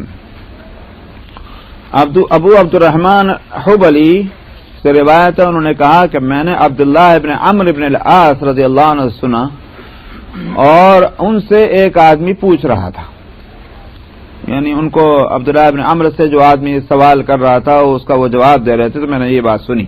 کیا تھا؟ اس آدمی نے کہا کیوں صاحب؟ عبداللہ ابن عمرو سے کہا ہم فقراء مہاجرین میں سے نہیں ہیں کیا؟ فقراء مہاجرین کی چونکہ فضیلت بہت بیان ہوئی ہے، دوسری بات یہ کہ بھئی ہم فقراء میں ہیں تو ہماری مدد ہونی چاہیے، حاصل یہ ہے. تو عبداللہ ابن عمرو بن العاص نے اس آدمی سے کہا کیوں جی تمہارے پاس کوئی بیوی ہے کہ نہیں، عورت ہے کہ نہیں جس سے تم، مطلب یہ کہ تمہارا اس سے تأوی الیہ کا مطلب جہاں تم جا کر اپنے دل کو سکون حاصل کرو، یہ ہے مطلب ٹھکانہ بنے وہاں. اس نے کہا کہ ہاں ایک عورت ہے. فرمایا تمہارے گھر ہے جس میں تم رہو؟ اس نے کہا کہ ہاں ہے. تو عبداللہ نے فرمایا تو مالداروں میں ہے، جس کی بیوی بھی ہو جس کا گھر بھی ہو تو وہ فقیر کہاں سے ہو گیا؟ مطلب یہ تھا. تو پھر اس نے کہا کہ جی میرا ایک نوکر بھی ہے. تو اس نے کہا پھر تو بادشاہوں میں ہے. کہاں سے فقیر ہو گیا؟ بیوی موجود، گھر موجود، ایک نوکر موجود، اور کیا چاہیے بادشاہ کو؟ عبد الرحمن یہی کہتے ہیں کہ 3 آدمی عبداللہ ابن عمرو بن العاص کے پاس آئے اور میں ان کے پاس تھا، تو انہوں نے کہا اے ابو محمد، ان کی کنیت ہے عبد الرحمن کی، میں بخدا کسی چیز پر بھی میری قدرت نہیں، یعنی میرے پاس نہیں ہے، نہ تو خرچہ، نہ سواری، نہ کچھ اور سامان، کچھ نہیں میرے پاس. یہ ان 3 آدمیوں نے آ کر کہا، ہر ایک نے. تو عبداللہ ابن عمرو بن العاص نے ان سے کہا تم کیا چاہتے ہو؟ اگر تم چاہتے ہو کچھ تو پھر اب تو جاؤ، پھر آنا ہمارے پاس اور ہم تمہیں دیں گے جو بھی اللہ نے تمہارے لیے مقدر کر دیا ہے، تو پھر آنا ہم تم کو دیں گے. اور اگر تم چاہو تو تمہارے معاملے کا ذکر ہم بادشاہ سے کریں، کیونکہ حکومت تو اسلامی ہے، خلیفہ تک تمہارا معاملہ پہنچا دیں، جو بھی بادشاہ تم کو دیں سفارش کر دیں گے ہم. اور اگر تم چاہو تو صبر کرو، کیونکہ میں نے رسول اللہ صلی اللہ علیہ وسلم سے فرماتے سنا کہ فقراء مہاجرین جو ہیں وہ اغنیاء سے قیامت کے دن 40 سال پہلے جنت میں جائیں گے. تو انہوں نے جو سنا تو کہنے لگے جی ہم تو صبر ہی کر لیں گے، بس سمجھا، ہم کچھ نہیں مانگتے آپ سے، اس لیے کہ یہ تو بڑی اچھی بات ہے. دنیا میں تو زندگی چلو 1 سال کی تنگی، 2 سال کی تنگی، یہ 40 سال پہلے جنت میں چلے جائیں، بس ہمیں یہی پسند ہے. وعن عبد الله بن عمرو قال بينما انا قاعد في المسجد وحلقة من فقراء المهاجرين قعودا اذ دخل النبي صلى الله عليه وسلم فقعد اليهم فقمت اليهم فقال النبي صلى الله عليه وسلم ليبشر فقراء المهاجرين بما يسر وجوههم فإنهم يدخلون الجنة قبل الأغنياء ب40 عاما. قال فلقد رأيت ألوانهم أسفرت. قال عبد الله بن عمرو حتى تمنيت أن أكون معهم أو منهم. عبداللہ ابن عمرو بن العاص کہتے ہیں کہ اس دوران کے میں مسجد میں بیٹھا ہوا تھا اور فقراء مہاجرین کا ایک حلقہ وہاں بنا ہوا تھا، آپس میں بیٹھے ہوئے دین کی باتیں وہ کر رہے تھے جو بھی. تو دیکھا کہ اچانک نبی کریم صلی اللہ علیہ وسلم مسجد میں تشریف لائے اور ان کے پاس جا کے بیٹھ گئے، وہ جو حلقہ جہاں قائم تھا. میں نے جو دیکھا کہ آپ وہاں تشریف لا کے میں بھی اٹھ کے آپ کے پاس وہاں پہنچ گیا ان لوگوں کے پاس اور میں وہاں کھڑا ہو گیا. تو نبی کریم صلی اللہ علیہ وسلم نے فرمایا فقراء مہاجرین خوشخبری حاصل کر لیں، وہ ایسی خوشخبری جو ان کو واقعی خوش کر دے، ان کے چہرے جس سے دمک جائیں. اس پر آپ نے فرمایا کہ یہ جو ہیں یہ جنت میں مالداروں سے 40 سال پہلے جائیں گے. تو یہ راوی کہتے ہیں کہ میں نے دیکھا کہ ان فقراء مہاجرین کے چہرے جو ہیں وہ دمک اٹھے اس خوشی سے، اس خوشخبری سے. تو عبداللہ ابن عمرو کہتے ہیں کہ یہاں تک کہ مجھے بھی تمنا ہوئی کاش میں بھی ان کے ساتھ ہی ہوتا، فقراء مہاجرین میں میرا بھی ہوتا تو یہ خوشخبری مجھے بھی مل جاتی. وعن ابی ذر قال امرنی خلیلی بسبع، امرنی بحب المساکین والذنوب منهم وامرنی ان انظر الى من هو دونی ولا انظر الى من هو فوقی وامرنی ان اصل الرحم وان ادبرت وامرنی وان ادبرت وامرنی الا اسأل احدا شيئا وامرنی ان اقول بالحق وان كان مرا وامرنی الا اخاف في الله لومة لائم وامرنی ان اکثر من قول لا حول ولا قوة الا بالله فانهن من کنز تحت العرش. ابو ذر غفاری رضی اللہ عنہ سے روایت ہے کہ میرے خلیل نے مجھے حکم دیا. کن کا ذکر ہے؟ رسول اللہ صلی اللہ علیہ وسلم، کیونکہ خلیل کہتے ہی ہیں جن کی محبت دل کی گہرائیوں میں آ جائے وہ ہے خلیل.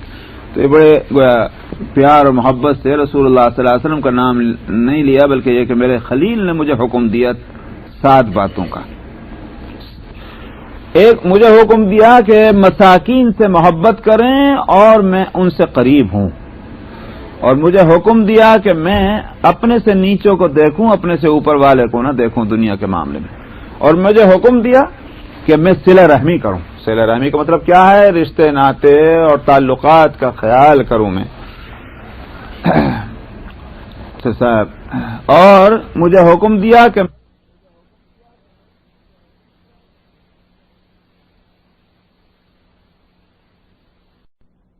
تو یہ حضرت ابو ذر غفاری کو رسول اللہ صلی اللہ علیہ وسلم نے ان چیزوں کی ہدایت دی تھی، اور یہ بڑے پیار سے کہتے ہیں کہ میرے خلیل نے مجھے یہ 7 باتیں بتلائی تھی.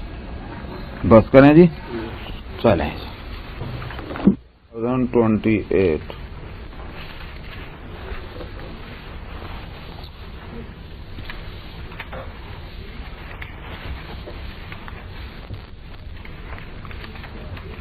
بسم اللہ الرحمن الرحیم.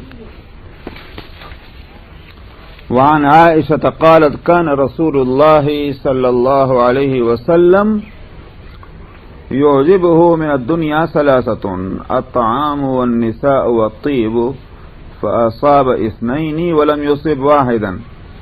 أصاب النساء والطيب ولم يصب الطعام. حضرت عائشہ رضی اللہ عنہا سے روایت ہے، انہوں نے کہا کہ رسول اللہ صلی اللہ علیہ وسلم کو دنیا کی چیزوں میں سے 3 چیزیں پسند تھیں، یعنی ان کی رغبت آپ میں تھی. ایک کھانا اور عورتیں اور خوشبو. آپ کو 2 چیزیں تو مل گئیں اور ایک چیز نہیں حاصل ہوئی. عورتیں اور خوشبو تو ملی لیکن کھانا نہ ملا. یہ ہے اس ترجمہ. جہاں تک یہ کہ کھانا نہ ملا ہے اس کے معنی یہ ہے کہ جتنی مقدار میں ملا اس کو یوں ہی کہیں گے کہ بھئی نہیں ملا، جس سے کہ آسائش کے ساتھ آرام کے ساتھ آدمی جس کو کھانا کہتے ہیں وہ صورت آپ کے ساتھ نہیں ہوئی. اس کے برعکس یہ ہے کہ عورتیں ملیں، آپ کی شادیاں ہوئیں اور آپ کے ازواج 9 اور 11 تک کی روایت میں جو ہے وہ اتنی بیویاں آپ کی ہوئیں. اسی طرح خوشبو کہ حالانکہ آپ کے بدن مبارک میں خلقی طور پر بھی خوشبو تھی مگر اس کے بعد بھی آپ کو خوشبو برابر ملتی رہی جو آپ استعمال کرتے تھے. اسے بخاری کے اسی مشکات میں شاید گزر چکی ہیں حدیثیں کہ جس میں حضرت عائشہ کہتی ہیں کہ میں رسول اللہ صلی اللہ علیہ وسلم کے لیے خوشبوئیں تیار کیا کرتی تھی. تو خوشبو بھی آپ کو ملتی رہی. اس میں یہ بات کہ آپ کو یہ 3 چیزیں پسند ہیں، یعنی دنیا کی چیزوں میں سے اب ہر چیز کی طرف آدمی لب کے اس کی ضرورت نہیں. یہی 3 بنیادی چیزیں ہیں. بھائی آدمی کھانا کھائے، گھر عورتوں سے بسائے، طبیعت میں صفائی و ستھرائی ہے تو بدبو سے بچے، خوشبو استعمال کرے. یہ تو اس لحاظ سے یوں کہیے کہ ایک انسان کی دنیاوی زندگی کے بہت صاف ستھرا اور مکمل ہونے کی بات ہے. ہاں کھانا اچھا ملتا مگر آپ نے اس میں زہد اختیار کیا. برعکس اس کے اگر عورتوں کے معاملے میں بھی وہ اس طرح کا زہد اختیار کرتے تو وہ بات جو ہے وہ فطرت کے خلاف ہو جاتی، یعنی وہ سنت چونکہ بن جاتی. نبی جب کوئی کام کریں گے تو امت کو بھی وہی کام کرنا ہے. کھانے کے اندر زہد کا کوئی نقصان نہیں، لیکن عورتوں کے معاملے میں زہد اختیار کرنے کا نقصان ہے، اور وہ نقصان اس وقت آپ اپنی آنکھوں سے دیکھ رہے ہیں کہ صاحب حضرت عیسیٰ علیہ الصلاۃ والسلام نے شادی نہیں کی تھی، حالانکہ وہ صرف بنی اسرائیل کے نبی تھے. لیکن بنی اسرائیل نے حضرت عیسیٰ علیہ الصلاۃ والسلام کے دین کو نہ صرف یہ کہ نبی کریم صلی اللہ علیہ وسلم کے آنے کے وقت تک رکھا، اور نہ صرف یہ کہ انہوں نے بنی اسرائیل کے حد تک رکھا بلکہ اس کو دائمی بھی بنا دیا، عالمی بھی بنا دیا. اب اس کا نتیجہ یہ ہے کہ حضرت عیسیٰ علیہ الصلاۃ والسلام نے شادی نہیں کی تو جو مذہبی لوگ تھے ان کے ہاں بھی شادی نہیں ہونی تھی. ان کے ہاں بھی مذہب کا لا یہی ہوا کہ جو مذہبی لوگ ہیں وہ شادی نہیں کریں. ایک بات تو یہ کہ مذہبی اور غیر مذہبی میں تقسیم ہو گئی، حالانکہ نبی تو سب کے لیے آتا ہے، نبی کی سنتیں سب کے لیے ہوتی. تو پھر اس کے کیا معنی ہو گئے کہ پریسٹ تو شادی نہ کرے باقی شادیاں کر لیں، نن تو شادی نہ کرے باقی عورتیں شادی کر لیں. یہ تقسیم کیسی؟ پھر جنہوں نے اس کو ضروری سمجھا کہ ہم چونکہ پیغمبر کے قائم مقام ہے بحیثیت پریسٹ کے اور بحیثیت نن کے تو ہم شادیاں نہیں کریں، تو اس کا انجام کیا ہو رہا ہے؟ کیا وہ بات چل رہی؟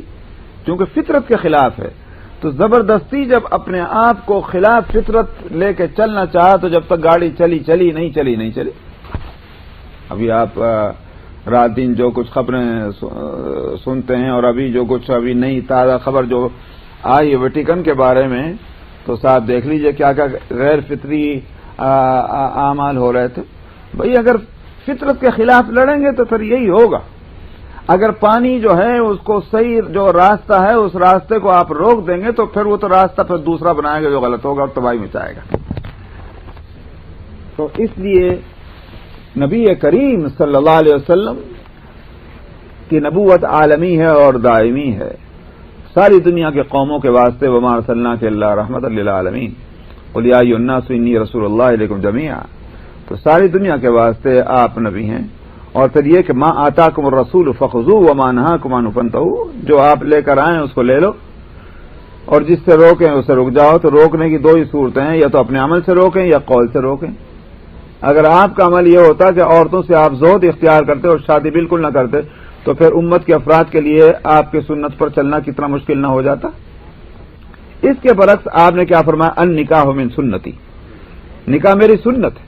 اور پھر اس کے ساتھ یہ کہ من رغب عن سنتی فلیس منی، جو میری سنت سے منہ موڑے گا وہ میرے ساتھ نہیں ہوگا.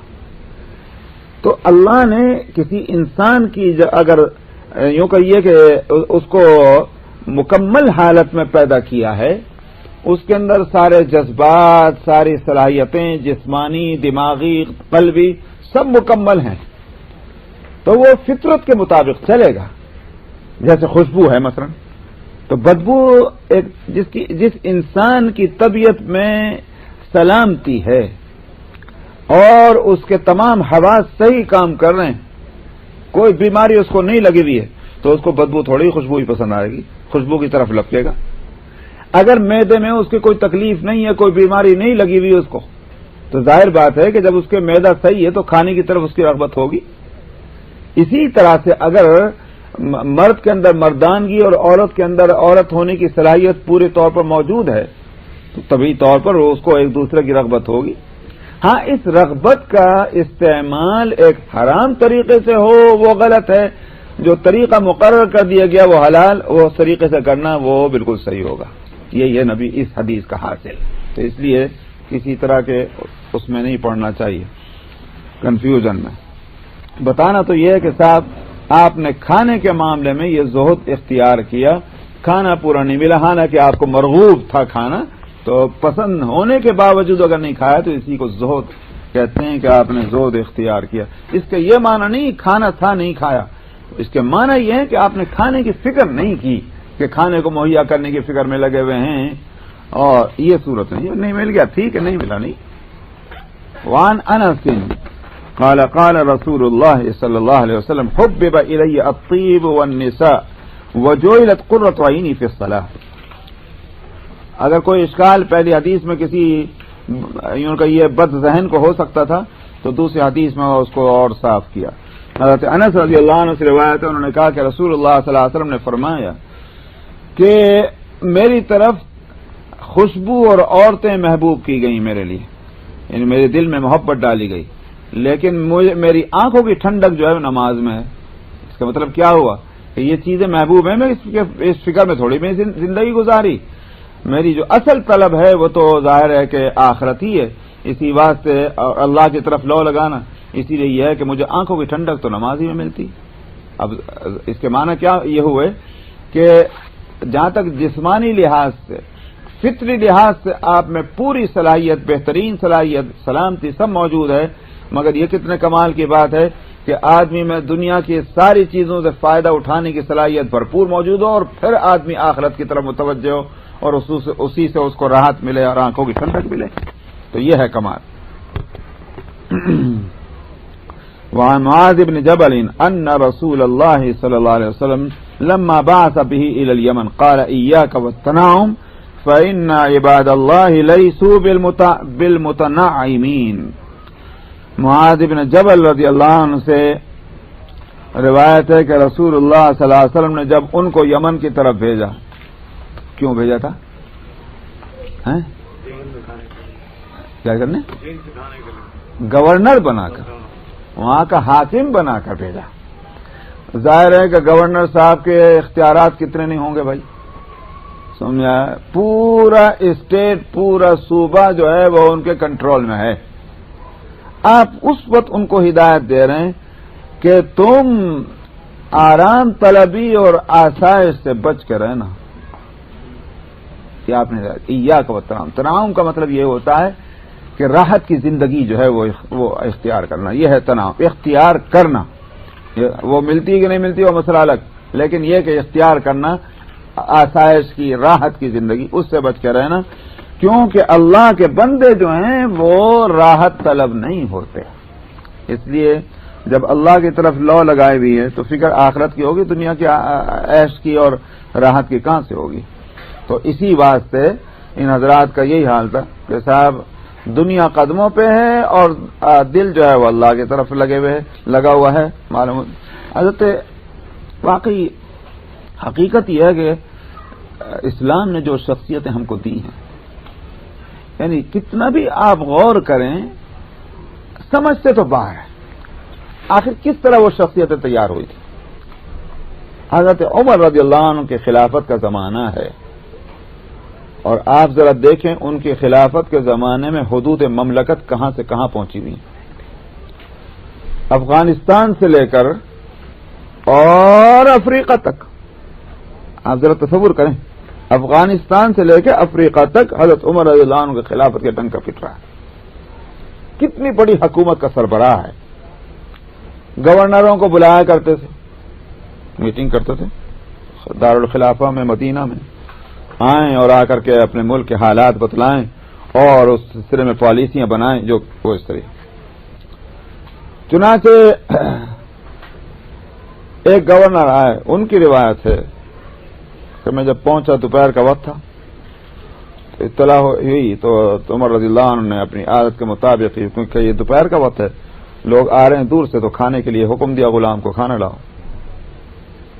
اب وہ کھانا کیا تھا؟ وہ تھی جو کی روٹی، اور بس لا کے رکھ دی گئی، اور شاید تیل تھا زیتون کا۔ تو اب وہ کہتے ہیں کہ حضرت عمر نے میرے اس حالت کو دیکھ کر کے وہ سمجھ گئے کہ روٹی نہیں چل رہی ہے۔ بھائی جو کی روٹی روکھی ہوتی ہے نا، حلق میں پھنستی ہے، روٹی نہیں چل رہی ہے۔ تو حضرت عمر رضی اللہ عنہ نے فرمایا کیا ہوا؟ نہیں کھائی جا رہی؟ مجھے 5 سال ہو گئے اس روٹی کو کھاتے کھاتے۔ آپ بتائیے، اتنی بڑی مملکت کا تنہا جو ہے فیصلہ کرنے والا انسان کہ صاحب کھانے کی طرف یہ حال ہے کہ گورنروں کو ہدایت ہیں، تم سے نہیں کھائی جا رہی؟ میں تو کھاتا ہوں، 5 سال سے کھا رہا ہوں اس روٹی کو۔ اور کپڑے دیکھ لیا آپ نے کیا ہوا؟ یہ اس کو کہتے ہیں اختیاری زہد اختیار کرنا۔ کتنا سکون ہے ان کی زندگی کے اندر، جو میں کر رہا ہوں صحیح کر رہا ہوں، بالکل صحیح۔ اور ہم لوگ رات دن کی پریشانیوں میں ہیں، اگر چائے وقت پر نہیں ملے تو سر میں درد ہو جاتا ہے ہمارا، سمجھ میں، اور تو چھوڑ دیجیے، کھانے وانے کو تو جانے دیجیے۔ اس قدر ہماری زندگی محتاج ہو کے رہ گئی ان چیزوں کی، لیکن ایک زندگی ان کی تھی کیسی آرام کے ساتھ، سکون کے ساتھ واقعی گزر گئے۔ اس راستے کو اپنا لیں تو کتنا چین اور سکون ہماری زندگیوں میں آ جائے، اللہ توفیق دے۔ وعن علی قال قال رسول اللہ صلی اللہ علیہ وسلم من رضی من اللہ بالیسیر من الرزق رضی اللہ منہ بالقلیل من العمل۔ حضرت علی رضی اللہ عنہ سے روایت ہے، انہوں نے کہا کہ رسول اللہ صلی اللہ علیہ وسلم نے فرمایا جو اللہ سے ہلکے پھلکے رزق پر راضی ہو جائے، مطلب یہ قناعت ہو، تھوڑا رزق مل گیا، ہاں جی بالکل صحیح، اللہ سے راضی ہے، فرمایا تو پھر اللہ بھی اس کے تھوڑے سے عمل پر راضی ہو جائے گا۔ کتنی عجیب بات ہے۔ وعن ابن عباس قال قال رسول اللہ صلی اللہ علیہ وسلم من جاع او احتاج فكتمه الناس كان حقا على الله عز وجل ان يرزقه رزق سنة من حلال۔ حضرت ابن عباس رضی اللہ عنہ سے روایت ہے، انہوں نے کہا کہ رسول اللہ صلی اللہ علیہ وسلم نے فرمایا جو شخص بھوکا ہوا اور یا محتاج ہوا اور اس نے اپنی اس حالت کو لوگوں سے چھپا کے رکھا، ظاہر نہیں ہونے دیا، فرماتے ہیں کہ اللہ عز و جل کے ذمے ہے یہ بات، ظاہر ہے کہ نبی فرما رہے ہیں تو اللہ کی طرف سے فرما رہے ہیں، اللہ کے ذمے ہے یہ بات پھر کہ اس کو 1 سال کا حلال رزق عطا فرمائے۔ چھپانا، اس نے چھپایا ہے، چھپایا کا مطلب کیا ہے؟ معلوم ہے کہ اللہ نے دیا، اللہ نے دیا تو میں کس سے کہتے جاؤں، کس سے کہنے جاؤں گا؟ حضرت، میں نے شاید واقعہ پہلے بھی سنا ہوگا، حضرت حسن بصری جلیل القدر تابعین میں ہیں، بڑے محدث، بڑے فقیہ، بڑے زبردست عالم، اور اولیاء اللہ میں جتنے سلسلے ہیں، نقشبندی ہو کہ چشتی ہو کہ قادری ہو، حضرت حسن سے بچ کر نہیں جاتا، سارے سلسلے حضرت حسن بصری پہ جاتے ہیں، کیونکہ حضرت حسن بصری براہ راست ان تمام سلسلوں میں استفادہ کرنے والے ہیں۔ یہ سلسلے تو بعد میں ان کے نام ہوئے نا بھائی، قادری شیخ عبد القادر جیلانی 6 صدی کے ہیں، تو اور اسی طرح سے شیخ صحاب الدین سہروردی سلسلہ 5ویں صدی کے ہیں۔ یہ سب مطلب یہ ہے کہ یہ سب اسی، تو حضرت حسن بصری پر جا کر یہ سب سلسلے، اور حسن بصری حضرت علی رضی اللہ عنہ رسول اللہ صلی اللہ علیہ وسلم، تو اتنے جلیل القدر ہیں بزرگ۔ حبیب اعجمی وہ بھی تابعین میں ہیں، عبادت گزاروں میں ہیں، زاہدین میں، تو ان کے ہاں پہنچے تو وہاں جا کر کے جو وہاں حالت دیکھی تو معلوم ہوا کہ ایک مٹی کا پیالہ ہے، تکیے کی جگہ اینٹ رکھی ہوئی ہے، بستر جو ہے ایک بوریا ہے، بس اللہ اللہ خیر صلی اللہ، کچھ بھی نہیں ہے سامان۔ حسن بصری جو ہیں وہ رونے لگے اور کہنے لگے کہ حبیب تم نے یہ اپنا حال کیا کر رکھا ہے، کم سے کم تمہارے دوست ہیں، موجود ہیں، کبھی تو بتا دیا کرتے تو بتا دینا چاہیے تھا، تو انتظام ہو سکتا ہے. مطلب یہ کہ میں موجود ہوں تو میں اب آ گیا تو میں نے دیکھ لیا، کیوں نہیں آخر. تو حبیب نے اپنے چہرے کا رنگ ان کا بدل گیا اور انہوں نے کہا کہ حسن دیکھو سوچو تم کیا کہہ رہے ہو. تو اب حسن ٹھٹکے. حبیب نے فرمایا کہ حسن کیا تمہیں نہیں معلوم کہ یہ جو کچھ ہے یہ اللہ کی طرف سے؟ جب یہ اللہ کی طرف سے تو مجھے کیا حق ہے اس بات کا کہ میں کسی اور سے کہوں؟ وہ اگر بدلنا چاہے میری حالت کو بدل سکتا. تو یہ ہے وہ بڑی گہری نظر اس بات پر کہ جو کچھ مل رہا ہے وہ اس کی طرف سے مل رہا ہے. یہ تو اسباب ہیں، اسباب بھی وہی پیدا کرتا ہے، اس میں جان بھی وہی ڈالتا ہے. یہ بہت اونچا مقام ہے، بہت اونچا مقام جو حبیب کو حاصل تھا. تو کس سے کہنے جائیں گے؟ اسی واسطے وہ ہمارے یہاں ایک رسم چل پڑی تھی، پتہ نہیں ابھی بھی ہوگی ضرور، کہ صاحب جب بیٹی کی شادی کرتے ہیں تو اس کا جہیز ہوتا ہے، سجا کے رکھتے ہیں خوب پورے کمرے میں، ایک ایک جوڑا سجا کے، ایک ایک برتن، ٹی وی، جو کوئی دنیا کے علاوہ سب سجا کے رکھتے ہیں. اب اور چیزوں کو چھوڑو کہ کپڑے جو وہ پہنے گی، اس کے شلوار کیا ہوگی، اس کے جناب ٹی شرٹ اندر کیا ہوگی، اور اس کی فراک کیا ہوگی، وغیرہ وغیرہ سب لگاتے ہیں. میں نے جب اس کو دیکھا تو میں نے اس کی سخت مخالفت کی. ہمارے خاندان کے بعض جگہ سے ہو، میں نے کہا کہ بالکل نہیں آؤں گا. کیا بات ہے کہ یہ بیٹی آخر پہلے بھی تو تمہارے پاس پہنتی تھی، اس وقت کیوں نہیں دکھائے لوگوں کو؟ آج بھی یہ بیٹی ہے، پہلے بھی تم بیٹی کو پہناتے تھے، اب بھی تم بیٹی کے لیے دے رہے ہو، کیوں دنیا کو دکھا رہے ہو؟ کیا وجہ ہے دکھانے کی؟ بات سمجھ آتی؟ پھر تمہیں دینا بیٹی کو بکس میں بند کرو، دے دو، ختم ہو گئی بات. اس لیے میں نے اپنے ہاں تو یہ کیا کہ اپنی بیٹیوں کا اور اپنی بہنوں کے لیے خاص طور پر میں نے کہا کہ نکاح تو بعد میں ہوگا، سامان پہلے بھجوا دو. بس نکاح شام کو ہوتا ہے ہمارے یہاں عصر کے بعد، اور میں نے صبح کو 10 بجے کہا کہ یہ سارا جہیز یہاں سے چلتا کرو، بس ختم، یہ پہلے پہنچ جائے تاکہ ہمیں بھی آسانی ہو جائے. اور جناب والا یہ سب یہ خرخشے اور جو کوئی عادت، ایک تو یہ کہ جناب وہ ابھی اب تو خیر یہ ماشاءاللہ بازاروں کے اندر کانٹیکٹ دے دیا کسی کو، اب تو کانٹیکٹ ہوتے ہیں نا سارے کام، اب تو دلہن بھی کانٹیکٹ پہ بنتی ہے، سمجھا؟ جا کر کے سیلون میں بٹھا دیا اس کو، اب وہ جناب والا وہ دلہن وہاں تیار ہو رہی، نعوذ باللہ من ذالک. کیا عجیب ہماری عفت اور پاک دامنی کہاں خاک میں مل گئی. تو اب تو یہ، لیکن وہ جو دستور تھا پرانے جو خاندانوں کے اندر، جوڑے تیار ہو رہے ہیں، سل رہے ہیں، بلے جا رہے ہیں. بھائی عورتیں جانتی ہوں کہ بلنا جس کو کہتے ہیں، عورتیں جوڑے بلے جا رہے ہیں، اس میں آتی تھی. اب وہ جناب ہر ایک آنے والی جو ہے اس کو دکھا رہے ہیں. یہ ایک کام ہے مستقل، نہ کھانا نہ پکانا. ان دنوں میں بس ایک مصیبت مردوں کی، کھانا بھی برابر نہیں ملا. کیوں نہیں مل رہا؟ بھائی عورتیں آ رہی ہیں، ان کو جناب جوڑے بلے ہوئے دکھائے جا رہے ہیں. خبردار ایک جوڑے نہیں دکھانا، سب کو میں نے منع کر، کوئی نہیں دکھایا جائے. بڑے ناک منہ بنے، میں نے بنا لوں. جس وقت ہم پہلے پہنایا کرتے تھے اپنی بیٹیوں کو، جب کو نہیں دیکھنے آئے، آج ہی کیوں دیکھنے کو آئے؟ تو حاصل یہ ہے کہ کس کو دکھانا؟ اپنی حالت کو. کیا فائدہ اس دکھانے کا؟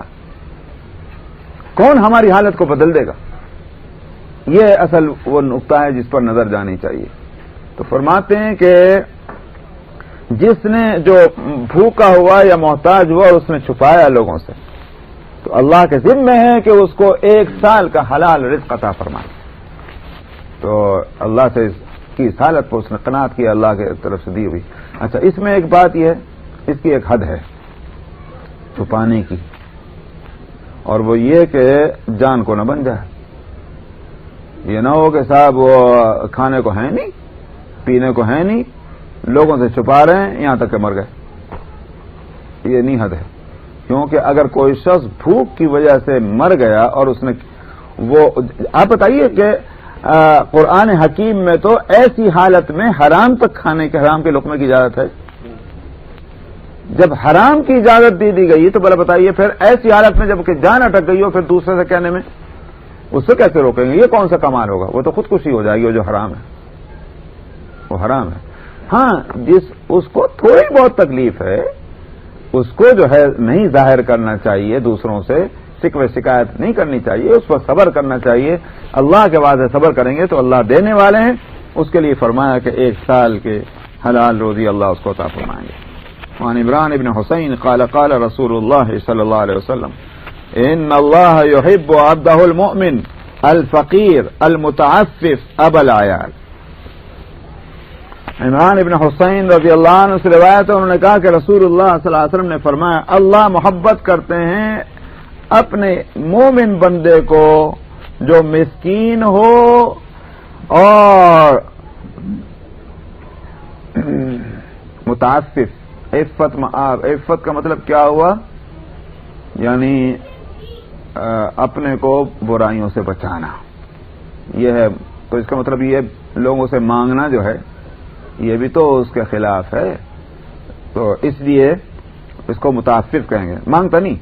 اور اولاد والا ہے، اولاد والا چونکہ آدمی اپنی تکلیف کو تو گوارا کر لے لیکن اولاد کی تکلیف نہیں گوارا ہوتی بھائی صاحب، یہ بڑا مسئلہ ہوتا ہے. سمجھا؟ آدمی خود بھوکا رہ لگا لیکن بچے کا بھوک سے بلبلانا وہ تو ناقابل برداشت. خود اپنے کپڑے بھی بدل نہیں ہوں گے، پہلے بچوں کو پہنائے گا، فطرت ہے انسان کی. اولاد والا ہے پھر دوسرے کے سامنے تکلیف میں اور پریشانی میں ہاتھ نہیں پھیلاتا، مسکین ہے، تو ایسے ایمان والے سے اللہ محبت کرتے ہیں. تنگی کے ساتھ زندگی گزار رہا ہے اولاد والا اور پھر بھی اللہ سے راضی ہے، ایمان کو بچا کے لے کے چل رہا ہے، بڑا باکمال ہے یہ شخص. عن زید بن اسلم قال استسقى يوما عمر فجيء بماء قد شيب بعسل فقال انه لطيب لكني اسمع الله عز وجل نعى على قوم شهواتهم فقال اذهبتم طيباتكم في حياتكم الدنيا واستمتعتم بها فاخاف ان تكون حسناتنا عجلت لنا فلم يشربه. کیا حضرت عمر کا مقام. حضرت زید بن اسلم سے روایت ہے کہ ایک دن حضرت عمر کو نے پانی مانگا، پیاس تھی، پانی طلب کیا، پانی لایا گیا جس میں شہد ملایا ہوا تھا. شہد کا سبب کون سی بڑی بات ہے، وہاں کی زندگی میں شہد کوئی یہاں نہیں، یہاں کوئی چیز نہیں ہے، شہد اس میں ملا ہوا تھا، لایا گیا. تو معلوم ہوا کہ پیاس کے واسطے تو پانی چاہیے تھا، تو امیر المومنین کے واسطے جو ہے شہد ملا کے دے دی. فرمایا کہ بہت اچھا ہے، لطیب. لیکن میں نے اللہ عز و جل کے تعلق سے یہ بات یہ مجھے معلوم ہے، میں نے سن رکھی ہے کہ اللہ نے کسی ایک قوم کے اس کی خواہشات کے تعلق سے اللہ نے ان پر یوں کہیے کہ ان پر عیب لگایا ہے، ان کی برائی بیان کی ہے کہ اپنے خواہشات نفس کو چلنے والے لوگ ہیں. اور اللہ فرمائیں اذهبتم طیباتکم فی حیاتکم الدنیا واستمتعتم بها، کہ تم نے اپنی دنیا کی زندگی میں جو ہے تم نے پاکیزہ اور اچھی آرام کی چیزیں حاصل کر لی، ان سے تم نے فائدہ اٹھا لیا، اب کیا چاہیے تمہیں. تو یہ قرآن شریف کی آیت ہے. تو تمہوں نے اس کے بعد فرمایا کہ مجھے ڈر ہے کہ کہیں ایسا نہ ہو کہ ہماری نیکیوں کا اجر ہمیں اس کا بدلہ دنیا میں نہ دیا جا رہا ہو. تو وہ پانی نہیں پیا. نہیں، اس کو کہتے ہیں اصل میں فکر آخرت، کہ آخرت اب سامنے آ گئی تو وہاں کی تکلیفیں جو ہیں اس نے یہاں کی تکلیف کو بھلا دیا، پیاس بجھا دی. ایسا ہی ہوتا ہے نا کہ مان لیجیے کہ اگر یہاں گرمی ہو رہی ہو اور باہر زیادہ سخت گرمی ہو تو آپ کو باہر کی گرمی کا جیسے احساس ہو کہنے کہ یہ ٹھیک ہے، ہوتا ہے نہیں ہوتا. گرمی آ رہی نا، یہ سردی اب سردی ہے، یہاں تھوڑی سردی لگے تو باہر کی سردی کا خیال کرنے کا بھائی یہیں ٹھیک ہے، باہر تھوڑی جائیں گے ہم. اسی طرح سے دنیا کی تکلیف پر آدمی قناعت کرتا ہے جس وقت اس کے سامنے آخرت کی تکلیفیں آ جائیں. یہی وہ بات. وعن ابن عمر قال ما شبعنا من تمر حتى فتحنا خیبر. حضرت عبداللہ ابن عمر رضی اللہ عنہما کہتے ہیں کہ ہم نے تو پیٹ بھر کر کھجوریں بھی کبھی نہیں کھائیں یہاں تک کہ خیبر فتح ہوا. تو خیبر کے فتح ہونے کے بعد چونکہ وہ علاقہ باغات کا تھا یہودیوں کے پاس، تو جب خیبر فتح ہوا صلح سے تو ان یہودیوں سے اسی بات پر مصالحت ہوئی تھی کہ اتنی کھجوریں وہ ہر سال دیں گے. اب وہ بڑی مقدار جو کھجوروں کی مدینے میں آنے لگی تو مسلمانوں کو وہ ساری کھجوریں ملی تو اب پیٹ بھر کر کھانے لگے کھجوریں. ورنہ اس سے پہلے تو یہاں چاہے کھجوروں کو کوئی مقام ہو، مدینہ منورہ کے اندر اس زمانے میں تو کوئی گھر بھی خالی نہیں ہوتا تھا کہ جس میں کھجوریں نہ ہو، روٹی نہیں ہوگی کھجور ضرور ہوگی. اس لیے کھجوریں بھی کوئی کہتے ہیں کہ ہم نے کبھی پیٹ بھر کر نہیں کھائیں، یہاں تک کہ خیبر فتح ہوا اس وقت تک اس طرح زندگی گزاری. خارجا منه وخط خططا صغارا الى هذا الذي في الوسط من جانبه الذي في الوسط فقال هذا الانسان وهذا اجله محيط به وهذا الذي هو خارج عمله وهذه الخطط الصغار الاعراض. ايه فاهم حاجه؟ لا يدرى.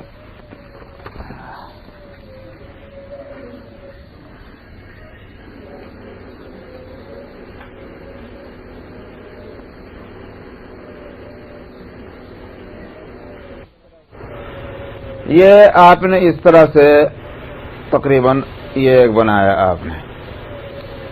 تو کیا ہوا کہ یہ انسان ہے کہ کہیں بھی اس کو رکھیے اور یہ 4 مربع یہ خط لائن آپ نے کھینچی 4 طرف، بلکہ اس کو نیچے رکھیے کہیں بھی رکھیے جو ہے یہ انسان یہاں یہ ہے ایسے رکھی ہوں. یہ ہے یہ انسان ہے، یہ بیچ میں کھڑا ہوا ہے اور یہ جو ہے 4 طرف کی لائن جو کھینچی ہوئی ہے یہ ہے اس کی موت، اور بیچ میں جو لائن جا رہی ہے یہ ہے اس کی آرزویں، سیدھی اوپر تک جا رہی ہے. اور ادھر ادھر جو چھوٹی یہ لائنیں ہیں یہ ہیں مصیبتیں آفتیں جو پیش آتی ہیں. یہ اب ذہن میں رکھیے آپ اس بات کو. تو فرماتے ہیں کہ اب ایک تو باب ہے الامر والحرص، امیدیں آرزویں اور لالچ، اس کے بارے میں حدیثیں ہیں. تو عبداللہ ابن مسعود رضی اللہ عنہ سے روایت ہے کہ نبی کریم صلی اللہ علیہ وسلم نے ایک چوکور لائن بنائی اور ایک لائن آپ نے بیچ میں بنائی جو اس سے نکل رہی تھی، اوپر نکل رہی ہے نا، یہ اوپر کو جا رہی ہے. اور آپ نے کچھ چھوٹی چھوٹی لائنیں بنائیں وہ بیچ میں جو ہے اس کی طرف جانے والی. پھر آپ نے فرمایا یہ تو ہے انسان، اور یہ جو ہے جو 4 طرف سے محیط بھی جو گھیر رکھا ہے یہ ہے اس کی موت، اور جو یہ اور وَهَذَا الَّذِي هُوَ خَارِجٌ عَمَلُهُ، اور جو اوپر تک نکل کے جا رہی ہے یہ اس کی آرزو ہے. اور یہ جو چھوٹی چھوٹی لائن ہیں فرمایا کہ یہ آفتیں ہیں. تو اگر ان میں سے ایک لائن مس کر جاتی ہے نہیں پہنچتی اس تک دوسری پکڑنا چاہتی ہے، یہ مس کر جائے تیسری پکڑے، ادھر سے مس کر جائے ادھر سے پکڑتی. کوئی نہ کوئی آفتیں 4 طرف سے ہیں، تو ایک آفت اگر نہیں پہنچی دوسری اس کے پیچھے لگی ہوئی ہے. تو یہ ہے انسان کی زندگی کا حال. تو ایک طرف تو یہ کہ آفتوں سے گھرا ہوا انسان ہے اور موت نے اس کو 4 طرف سے گھیرا ہوا ہے، مگر آرزو اس کی جو ہے وہ بہت اونچی اوپر تک جا رہی ہے. یہ حالت ہے اس کی. آگے پھر یہ حدیث وہ حضرت انس کی ہے.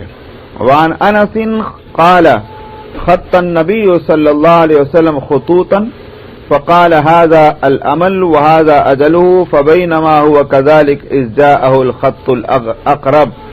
کہ حضرت انس رضی اللہ عنہ سے روایت ہے کہ نبی کریم صلی اللہ علیہ وسلم نے کئی لائنیں بنائی مختلف صورتوں میں، اور آپ نے فرمایا یہ تو آرزو ہے اور یہ اس کی موت ہے. تو اب اسی دوران وہ رہتا ہے یہاں تک کہ جو قریب والی لائن ہے وہ اس تک آ جاتی ہے. قریب اس کے مقابلے میں تو یہی قریب ہے نا یہ والی. تو یہ انسان چل رہا ہے، ٹریول کر رہا ہے، اب اس کی زندگی جو ہے جا رہی ہے برابر.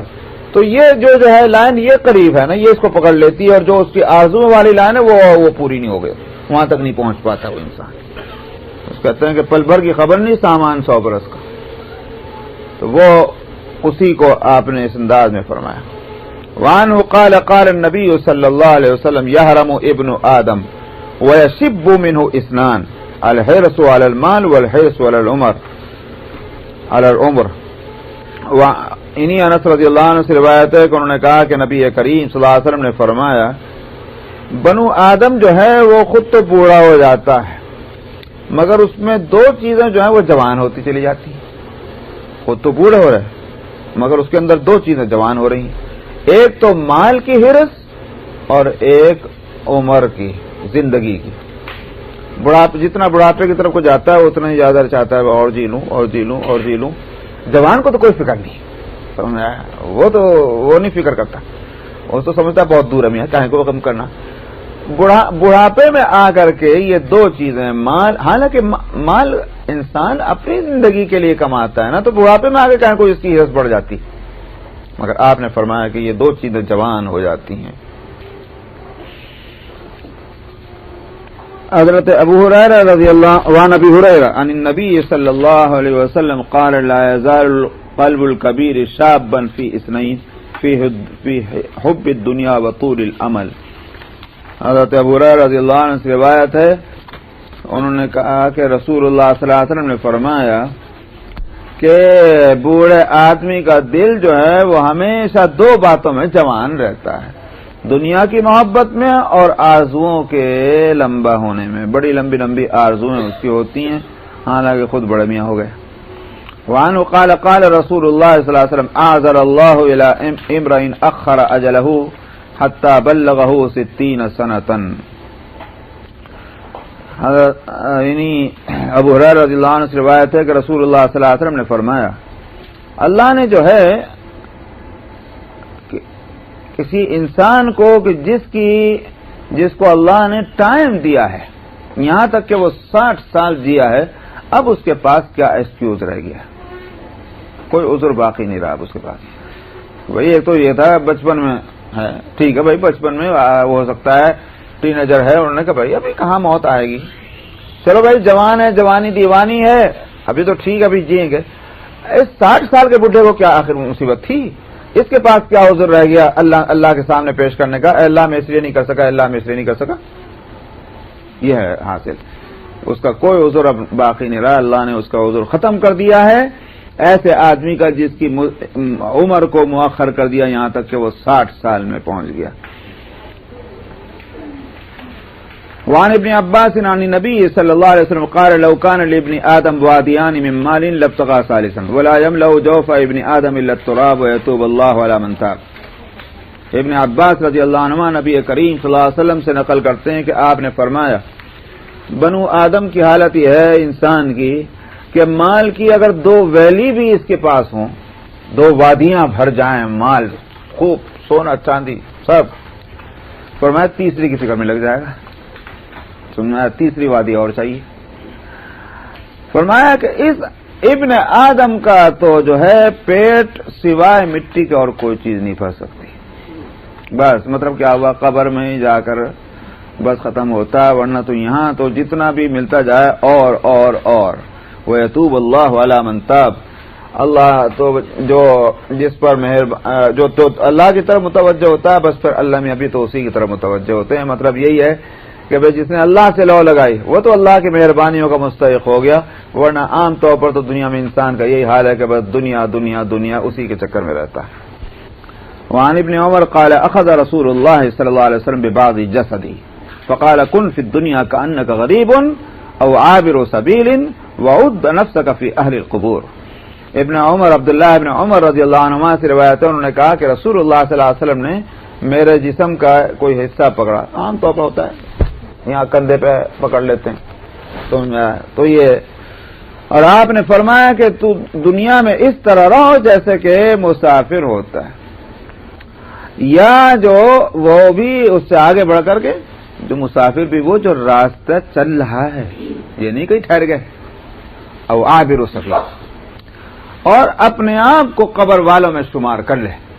مطلب یہ ہے کہ تو اگر یہ سمجھے کہ مجھے جانا ہے قبر، میں قبر والوں میں ہوں، مجھے پہنچنا ہے وہاں، تھوڑی دیر ہے بس وہیں پہنچوں گا، میں اپنے کو اس حالت میں ان لوگوں میں شمار کر، تو مطلب کیا ہوا، ان میں شمار کرے گا تو اسی کی تیاری میں رہے گا، اسی کی فکر میں رہے گا. تو جیسے کہ مسافر جو ہے جس کو میں نے پہلے بھی کئی مرتبہ ہی کہا کہ بھائی مسافر کو بھی آرام چاہیے، مسافر کو بھی سہولت چاہیے، مگر وہ اس کو معلوم ہے کہ میرا سفر ہی 3 دن کا ہے، تو 50 برس کی فکر کہاں کرے گا، وہ وہاں سامان 50 برس کیسے کرے گا، 3 دن کا سفر ہے، 3 دن ہی کی فکر کرے گا. اسی طرح سے انسان جو ہے وہ اس میں کیوں لگتا ہے کہ بھائی 60 سال نہیں 70 سال 80 سال جیے گا، بھائی چلو بھائی اتنی فکر کر لو. لیکن وہ تو لمبی اتنی تان لگاتا ہے کہ صاحب معلوم ہوتا ہے کہ 1000 سال ہیں. اسی لیے قرآن شریف میں قوم عاد کے لیے بھی فرمایا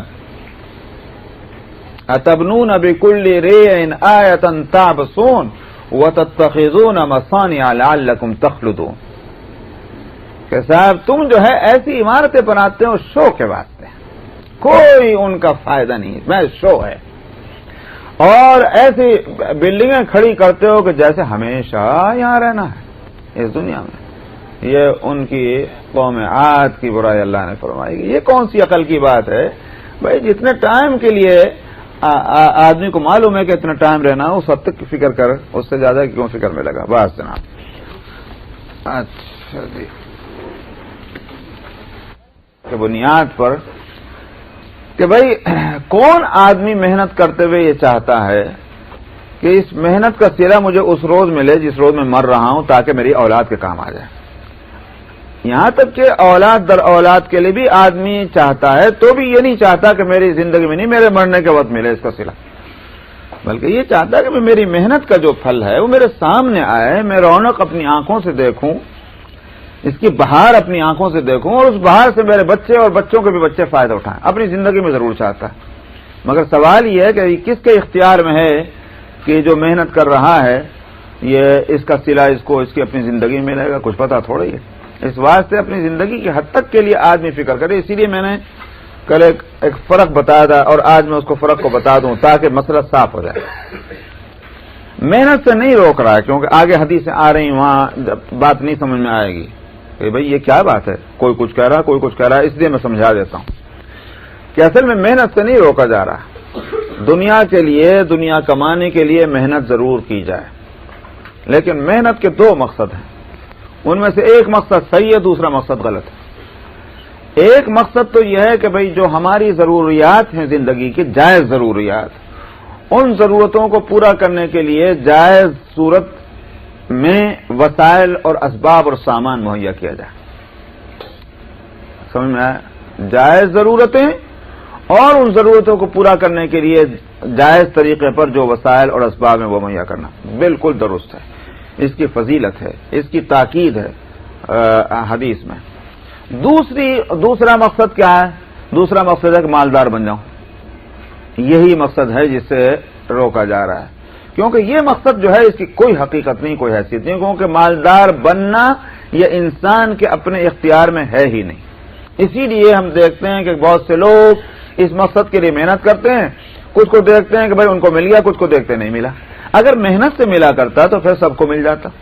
اصل میں یہ تقسیم جو ہے یہ اللہ نے اپنے ہاتھ میں رکھی ہوئی ہے، اور اس کے پیچھے حکمتیں اور مصلحت ہیں. انسان لاکھ چاہے، لیکن اللہ نے اپنے ہاتھ میں رکھا ہے، جس کو وہ چاہے مالدار بنائے، جس کو چاہے نہیں بنائے. اور اس حکمت کو اللہ نے خود بیان فرما دیا قرآن شریف میں. کیا ہے ہماری حکمت؟ نحن قسمنا بینہم معیشتہم فی الحیات الدنیا. ہم نے تقسیم کی ہے روزی کو، روزگار کو. ہم بناتے ہیں اسٹیٹس کس کا؟ کیوں؟ ورفعنا بعضهم فوق بعض درجات. ہم نے کسی کو اونچا رکھا، کسی کو نیچا رکھا. لیتخذ بعضکم بعضا سخریا، تاکہ بعض ان میں کے جو ہیں بعض کو اپنے کاموں کے لیے استعمال کر سکیں. اگر سب ایک ہی اسٹیٹس کے ہوتے تو ایک دوسرے کی کوئی مدد نہ کرتا. اس لیے کیا رکھا ہے کہ صاحب اللہ نے کسی کو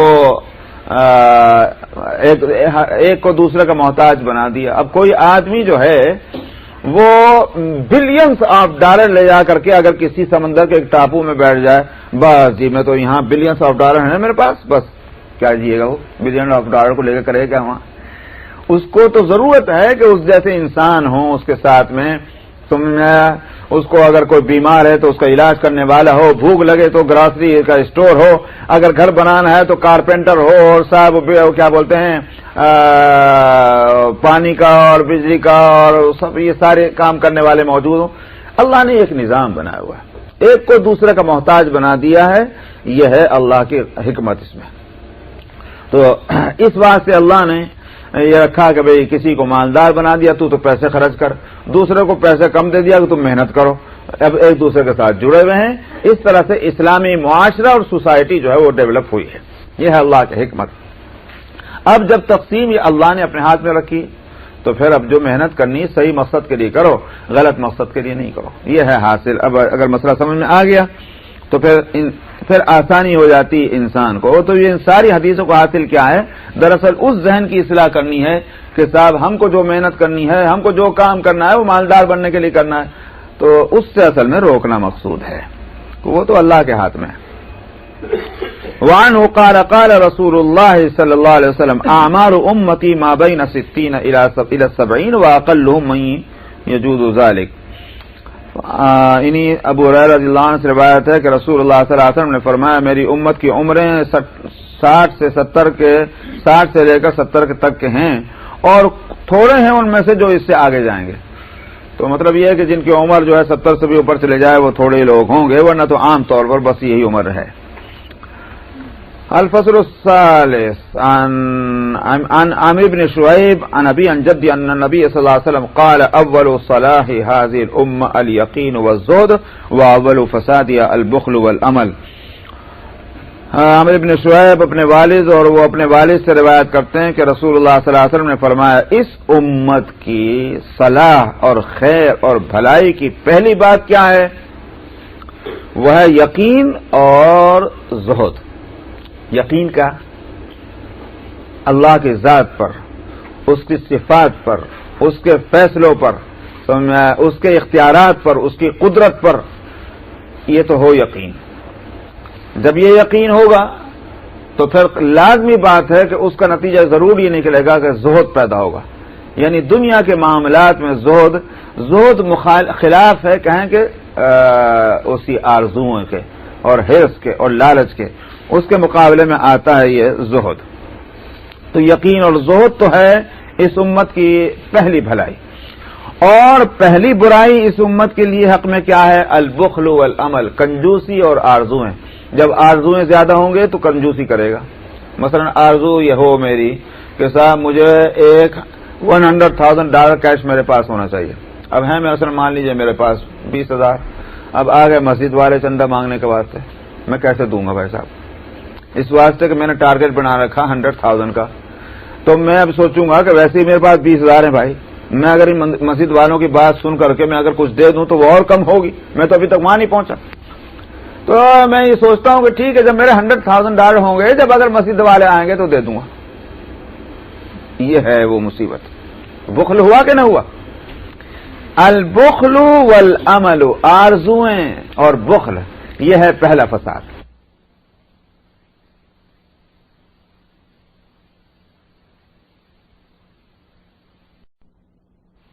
اور کچھ نہیں. اسی لیے میں نے کل یہ بات کہی کہ محنت جب آدمی کرے گا، آدمی مالدار بننے کے لیے دو ہی صورتیں ہیں. خوب سمجھ لیجیے وہ اس مسئلے کو بھی. دو ہی صورتیں ہیں، یا تو یہ مالدار بن گیا یا نہیں بنا. بنا تو اللہ ہی کی مرضی سے، نہیں بنا تو بھی اللہ کی مرضی سے، مگر راستے تو دو ہی ہیں نا بھائی، یا بن گیا یا نہیں بنا. اگر بن گیا تو یہ کبھی نہیں سوچے گا کہ اللہ نے بنایا، سوچے گا میں نے محنت کی تھی. دیکھو میں نے تدبیریں کی تھی، میں نے کتنے محنت کی اس کے واسطے، میرا جناب میرا فن ہے، میری ٹرک ہے، میری تدبیریں ہیں جس سے میں بنا. تو اللہ کی طرف سے یہ ہٹ گیا. یہ ہے وہ قارون نے جو حرکت کی تھی. قارون یہ کہ انما اوتیت علی علم عندی. کیا کہتے ہو تم؟ یہ تو میرے اپنے ہنر، میرے اپنے کمال کا نتیجہ ہے کہ آج میں مالدار ہوں. اولم یعلم ان اللہ قد اہلک من قبلی من القرون من هو اشد منه قوة واکثر جمعا. اس کو نہیں پتا ہے کہ اللہ نے اس سے پہلے کتنے لوگوں کو ہلاک کر دیا جو اس سے زیادہ طاقت والے تھے، اس سے زیادہ مال والے تھے. تو اگر کامیاب ہو، اگر مثلا کامیاب نہ کرے، اگر اپنے آرزو اس کی پوری ہو گئی، جو محنت کرنے والا ہے مالدار بن گیا، اللہ سے تو کٹ گیا. اور اگر ناکام ہوا تو پھر ناکام ہونے کے نتیجے میں اس کے حوصلے جو ہیں پس اب کسی کام کا نہیں رہا. محنت کی تھی، محنت کر رہا ایک ٹائم تک آدمی ایک چیز کے لیے محنت کرتا ہے، پھر وہ ایک پوائنٹ آتا ہے جہاں اس کی ہمت جو ہے جواب دے دیتی ہے. مثلا اس کی مثال میں دیتا ہوں. ایک لڑکا بھاگا جا رہا ہوں، میں اس کو پکڑنا چاہتا ہوں، میں بھی اس کے پیچھے بھاگ رہا، وہ تو مجھ سے تیز بھاگ رہا ہے. اب میں بھی بھاگنے کی کوشش کروں گا اس کو پکڑوں، لیکن آخر جہاں میں جا کر دیکھ لیتا ہوں کہ بھائی اب میرا بھی سانس پھولنے لگا، اور یہ تو بھاگا ہی جا رہا، رکتا نہیں ہے، میرے ہاتھ نہیں آئے گا، میں ٹھہر جاؤں، میری ہمت جواب دیتی تھی، اب نہیں بھاگا جاتا. تو اگر ناکام ہوا تو اس کی ہمتیں پست ہو جائیں گی. اب جو کام کرنا ضروری تھا وہ بھی نہیں کر سکے گا. دونوں صورتوں میں نقصان ہے. اس لیے مقصد صحیح ہونا چاہیے، اور مقصد ہے یہ کہ اپنی ضرورتوں کو پورا کرنے کے لیے محنت کرنا، اس سے زیادہ کے لیے نہیں. یہ ہے جو اسلام چاہتا ہے. بس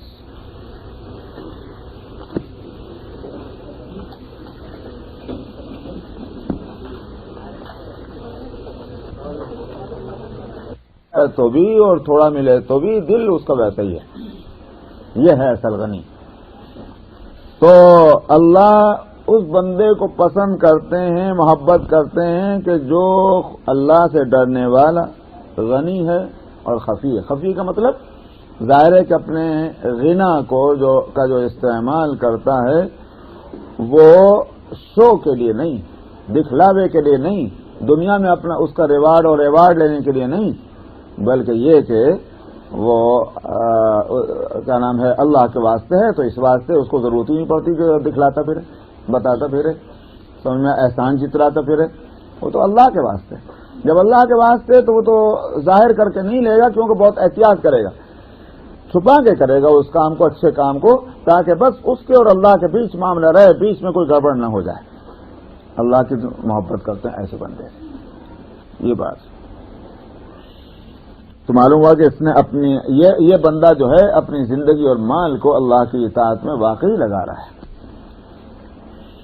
الفصل الثانی عن ابی بکر ان رجلا قال یا رسول اللہ ای الناس خیر؟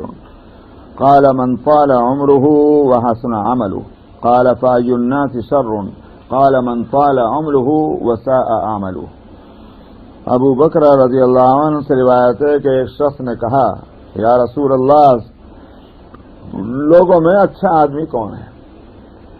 آپ نے فرمایا وہ جس کی لمبی عمر ہو اور عمل بھی اچھا ہو. جتنی عمر اگر اچھے عمل کرنے والا ہے تو جتنی عمر لمبی ہوگی اچھے عمل بڑھتے جائیں گے، نہیں بڑھتے جائیں گے؟ تو بہت اچھا آدمی. تو لمبی عمر اور عمل اچھے. پھر اس آدمی نے کہا کہ لوگوں میں برا آدمی کون ہے؟ فرمایا وہ جس کی عمر لمبی اور عمل برا. کیونکہ عمل برا ہے تو جتنی عمر بڑھتی جا رہی ہے برے عمل بھی بڑھتے جا رہے ہیں، یہ تو برا ہو ہی گیا. اس واسطے معلوم ہوا کہ عمر کا لمبا ہونا بھی ایک نعمت ہے اللہ کی طرف سے. کہ اس کے معنی کیا ہوئے؟ ایک دیکھیں یوں سمجھیے آپ، جب یہ جو زندگی ہے یہ محنت کے واسطے ہے، عمل کرنے کے واسطے، کام کرنے کے واسطے ہے. تو جس کو زیادہ لمبی عمر ملی ہے اس کا مطلب یہ ہے کہ اس کو ٹائم آف ورک زیادہ دے دیا گیا. جب ٹائم آف ورک زیادہ دے دیا تو مہربانی ہوئی نا. اب اس ٹائم کو وہ لوز کرے چاہے اس سے کچھ ارن کر لے، یہ اس پر ہے. اگر ارن کرنا ہے بہترین آدمی ہے، لوز کر رہا ہے تو بدترین آدمی ہے. ٹائم بھی تم نے کھو دیا میاں، جو تجھے اتنا ایکسٹرا ٹائم ملا تھا. ایکسٹرا اس لحاظ سے کہہ رہا ہوں کہ پہلی حدیثوں میں گزر چکا ہے کہ اس یہ جو ہے کیا نام، اس امت کی عمر جو ہے 60 اور 70 کے بیچ میں ہے. تو یہ اوسط عمر ہے، یہ ایوریج ہے. جب اس ایوریج سے اوپر زیادہ کسی کو مل رہا ہے تو جیسے وہ پچھلے ہفتے کسی نے کہا تھا بھائی ڈسکاؤنٹ مل رہا، تو پھر ڈسکاؤنٹ کو بھی کھو دیا سر. یہ ہے. وعن عبید بن خالد ان النبی صلی اللہ علیہ وسلم آخا بین رجلین فقتل احدهما فی سبیل اللہ ثم مات الآخر بعده بجمعة او نحوها فصلوا علیہ فقال النبی صلی اللہ علیہ وسلم ما قلتم؟ قالوا دعونا الله ان يغفر له ويرحمه ويلحقه بصاحبه. فقال النبي صلى الله عليه وسلم فأين صلاته بعد صلاته وعمله بعد عمله او قال صيامه بعد صيامه لما بينهما ابعد مما بين السماء والارض. نبی کا مقام کتنا زبردست ہے کہ صاحب وہ لوگوں کے طبیعتوں پر ان کی نظر کتنی گہری ہوتی ہے. یہ حدیث نہ آتی تو قیامت تک لوگ اس غلط فہمی کے اندر مبتلا ہوتے کہ جس میں وہ صحابی اس وقت مبتلا ہوئے ہیں.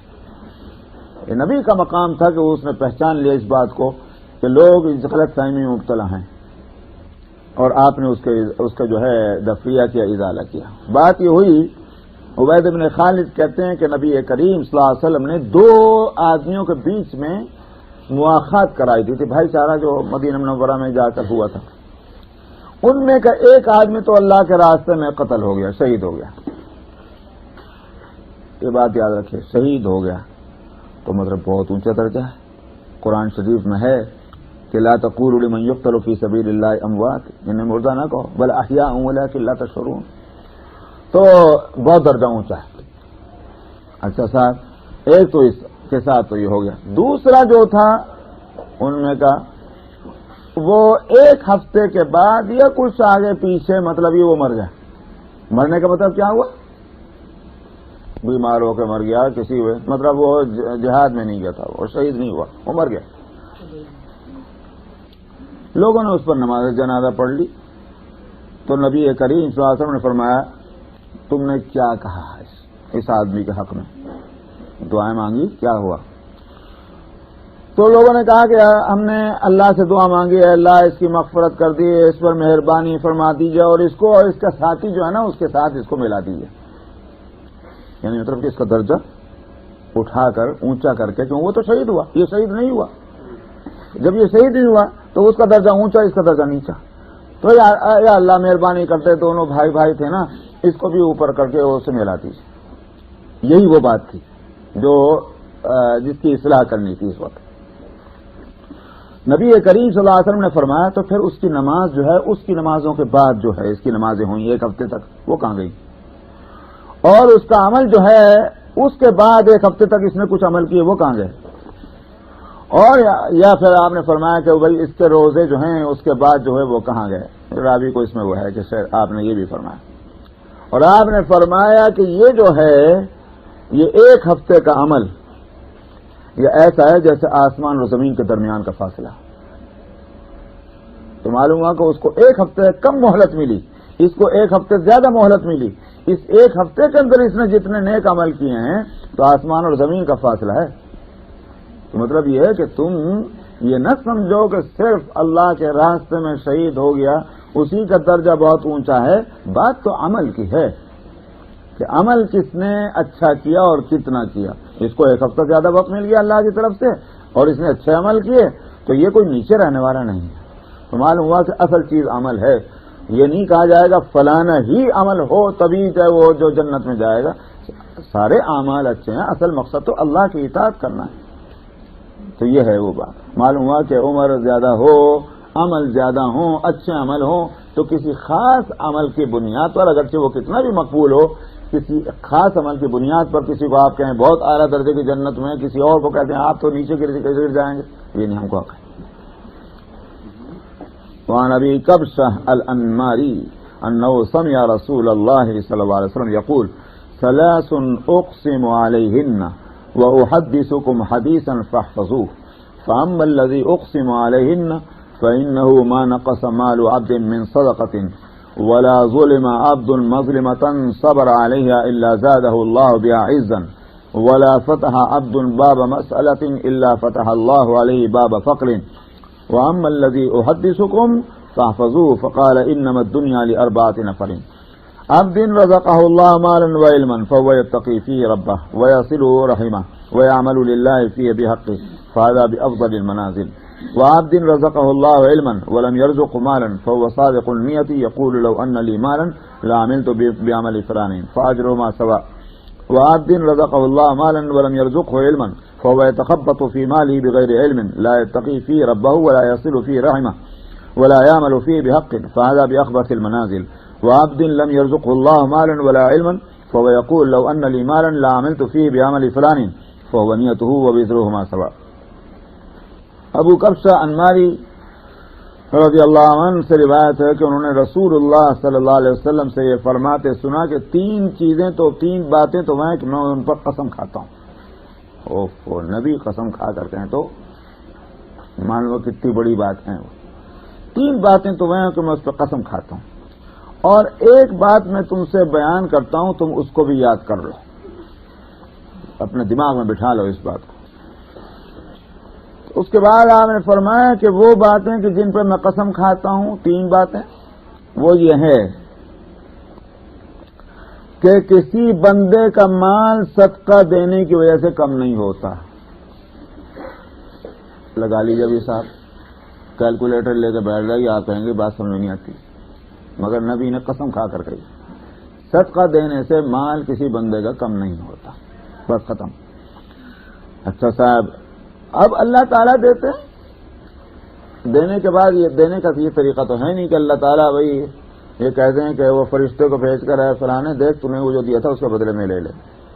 اب چونکہ یہ بتایا نہیں جاتا لہٰذا سمجھتا ہے کہ بھائی وہ تو مل گیا، اتفاق سے مل گیا، وہ تو اتفاق سے مل گیا اور حساب اسی کا لگایا بیٹھا ہوا جو خرچ کیا تھا. تو سمجھ میں کہاں سے آئے گا بات؟ تو آئے گی بات. تو حاصل یہ کہ ایک تو آپ نے یہ بات فرمائی. دوسری بات جو تھی جس پر قسم کھائی تھی، دوسرے یہ کہ کسی بندے پر اگر ظلم کیا گیا اور اس نے صبر کیا اس کے اوپر، اللہ اس کے عزت میں اضافہ فرمائیں گے. معلوم ہوا مظلوم یہ نہ سمجھے کہ میری تو توہین ہو گئی، میری تو عزت خاک میں مل گئی. نہیں، اس نے صبر کیا، اللہ اس کی عزت بڑھائیں گے.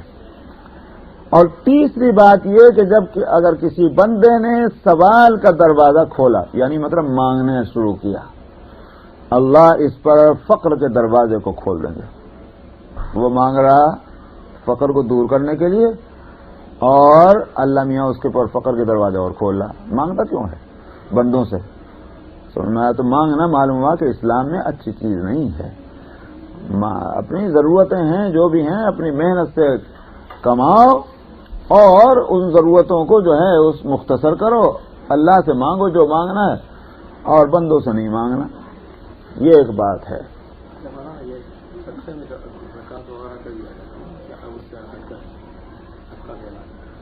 سب آ گیا اس میں، سب زکوٰۃ صدقات.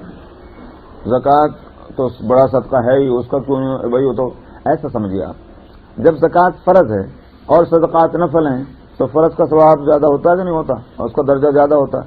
یہی بات ہے بس. تو اور مطلب یہ کہ یہ ہے کہ زکوٰۃ دے دینے کے بعد یہ ہاتھ پہ ہاتھ رکھ کے بیٹھ جائے کہ بھائی چاہے میرے پاس $1,000,000 میں تو اب دینے والا ہوں، انہوں نے زکوٰۃ دے دی، یہ غلط ہے. لیکن یہ کہ زکوٰۃ کا مقام بہت اونچا ہوگا یقینی طور پر. یہ لوگ جو حساب کتاب نہیں کرتے اور سمجھتے ہیں بس ٹھیک ہے جی ٹھیک ہے جیسے سمجھ لیجیے کہ مولوی صاحب بھائی یہ زکوٰۃ ہے جی جیسے چاہے سمجھ لیجیے. میں یہ کوئی طریقہ ہے؟ زکوٰۃ کو زکوٰۃ کی طرح کر کے حساب لگا کر دو کیونکہ وہ فرض ہے تو اس کی اہمیت کو سمجھنا چاہیے. اچھا صاحب، اور آپ نے فرمایا کہ وہ بات کہ جو میں تم سے بیان کرتا ہوں اور تم اس کو یاد کر لو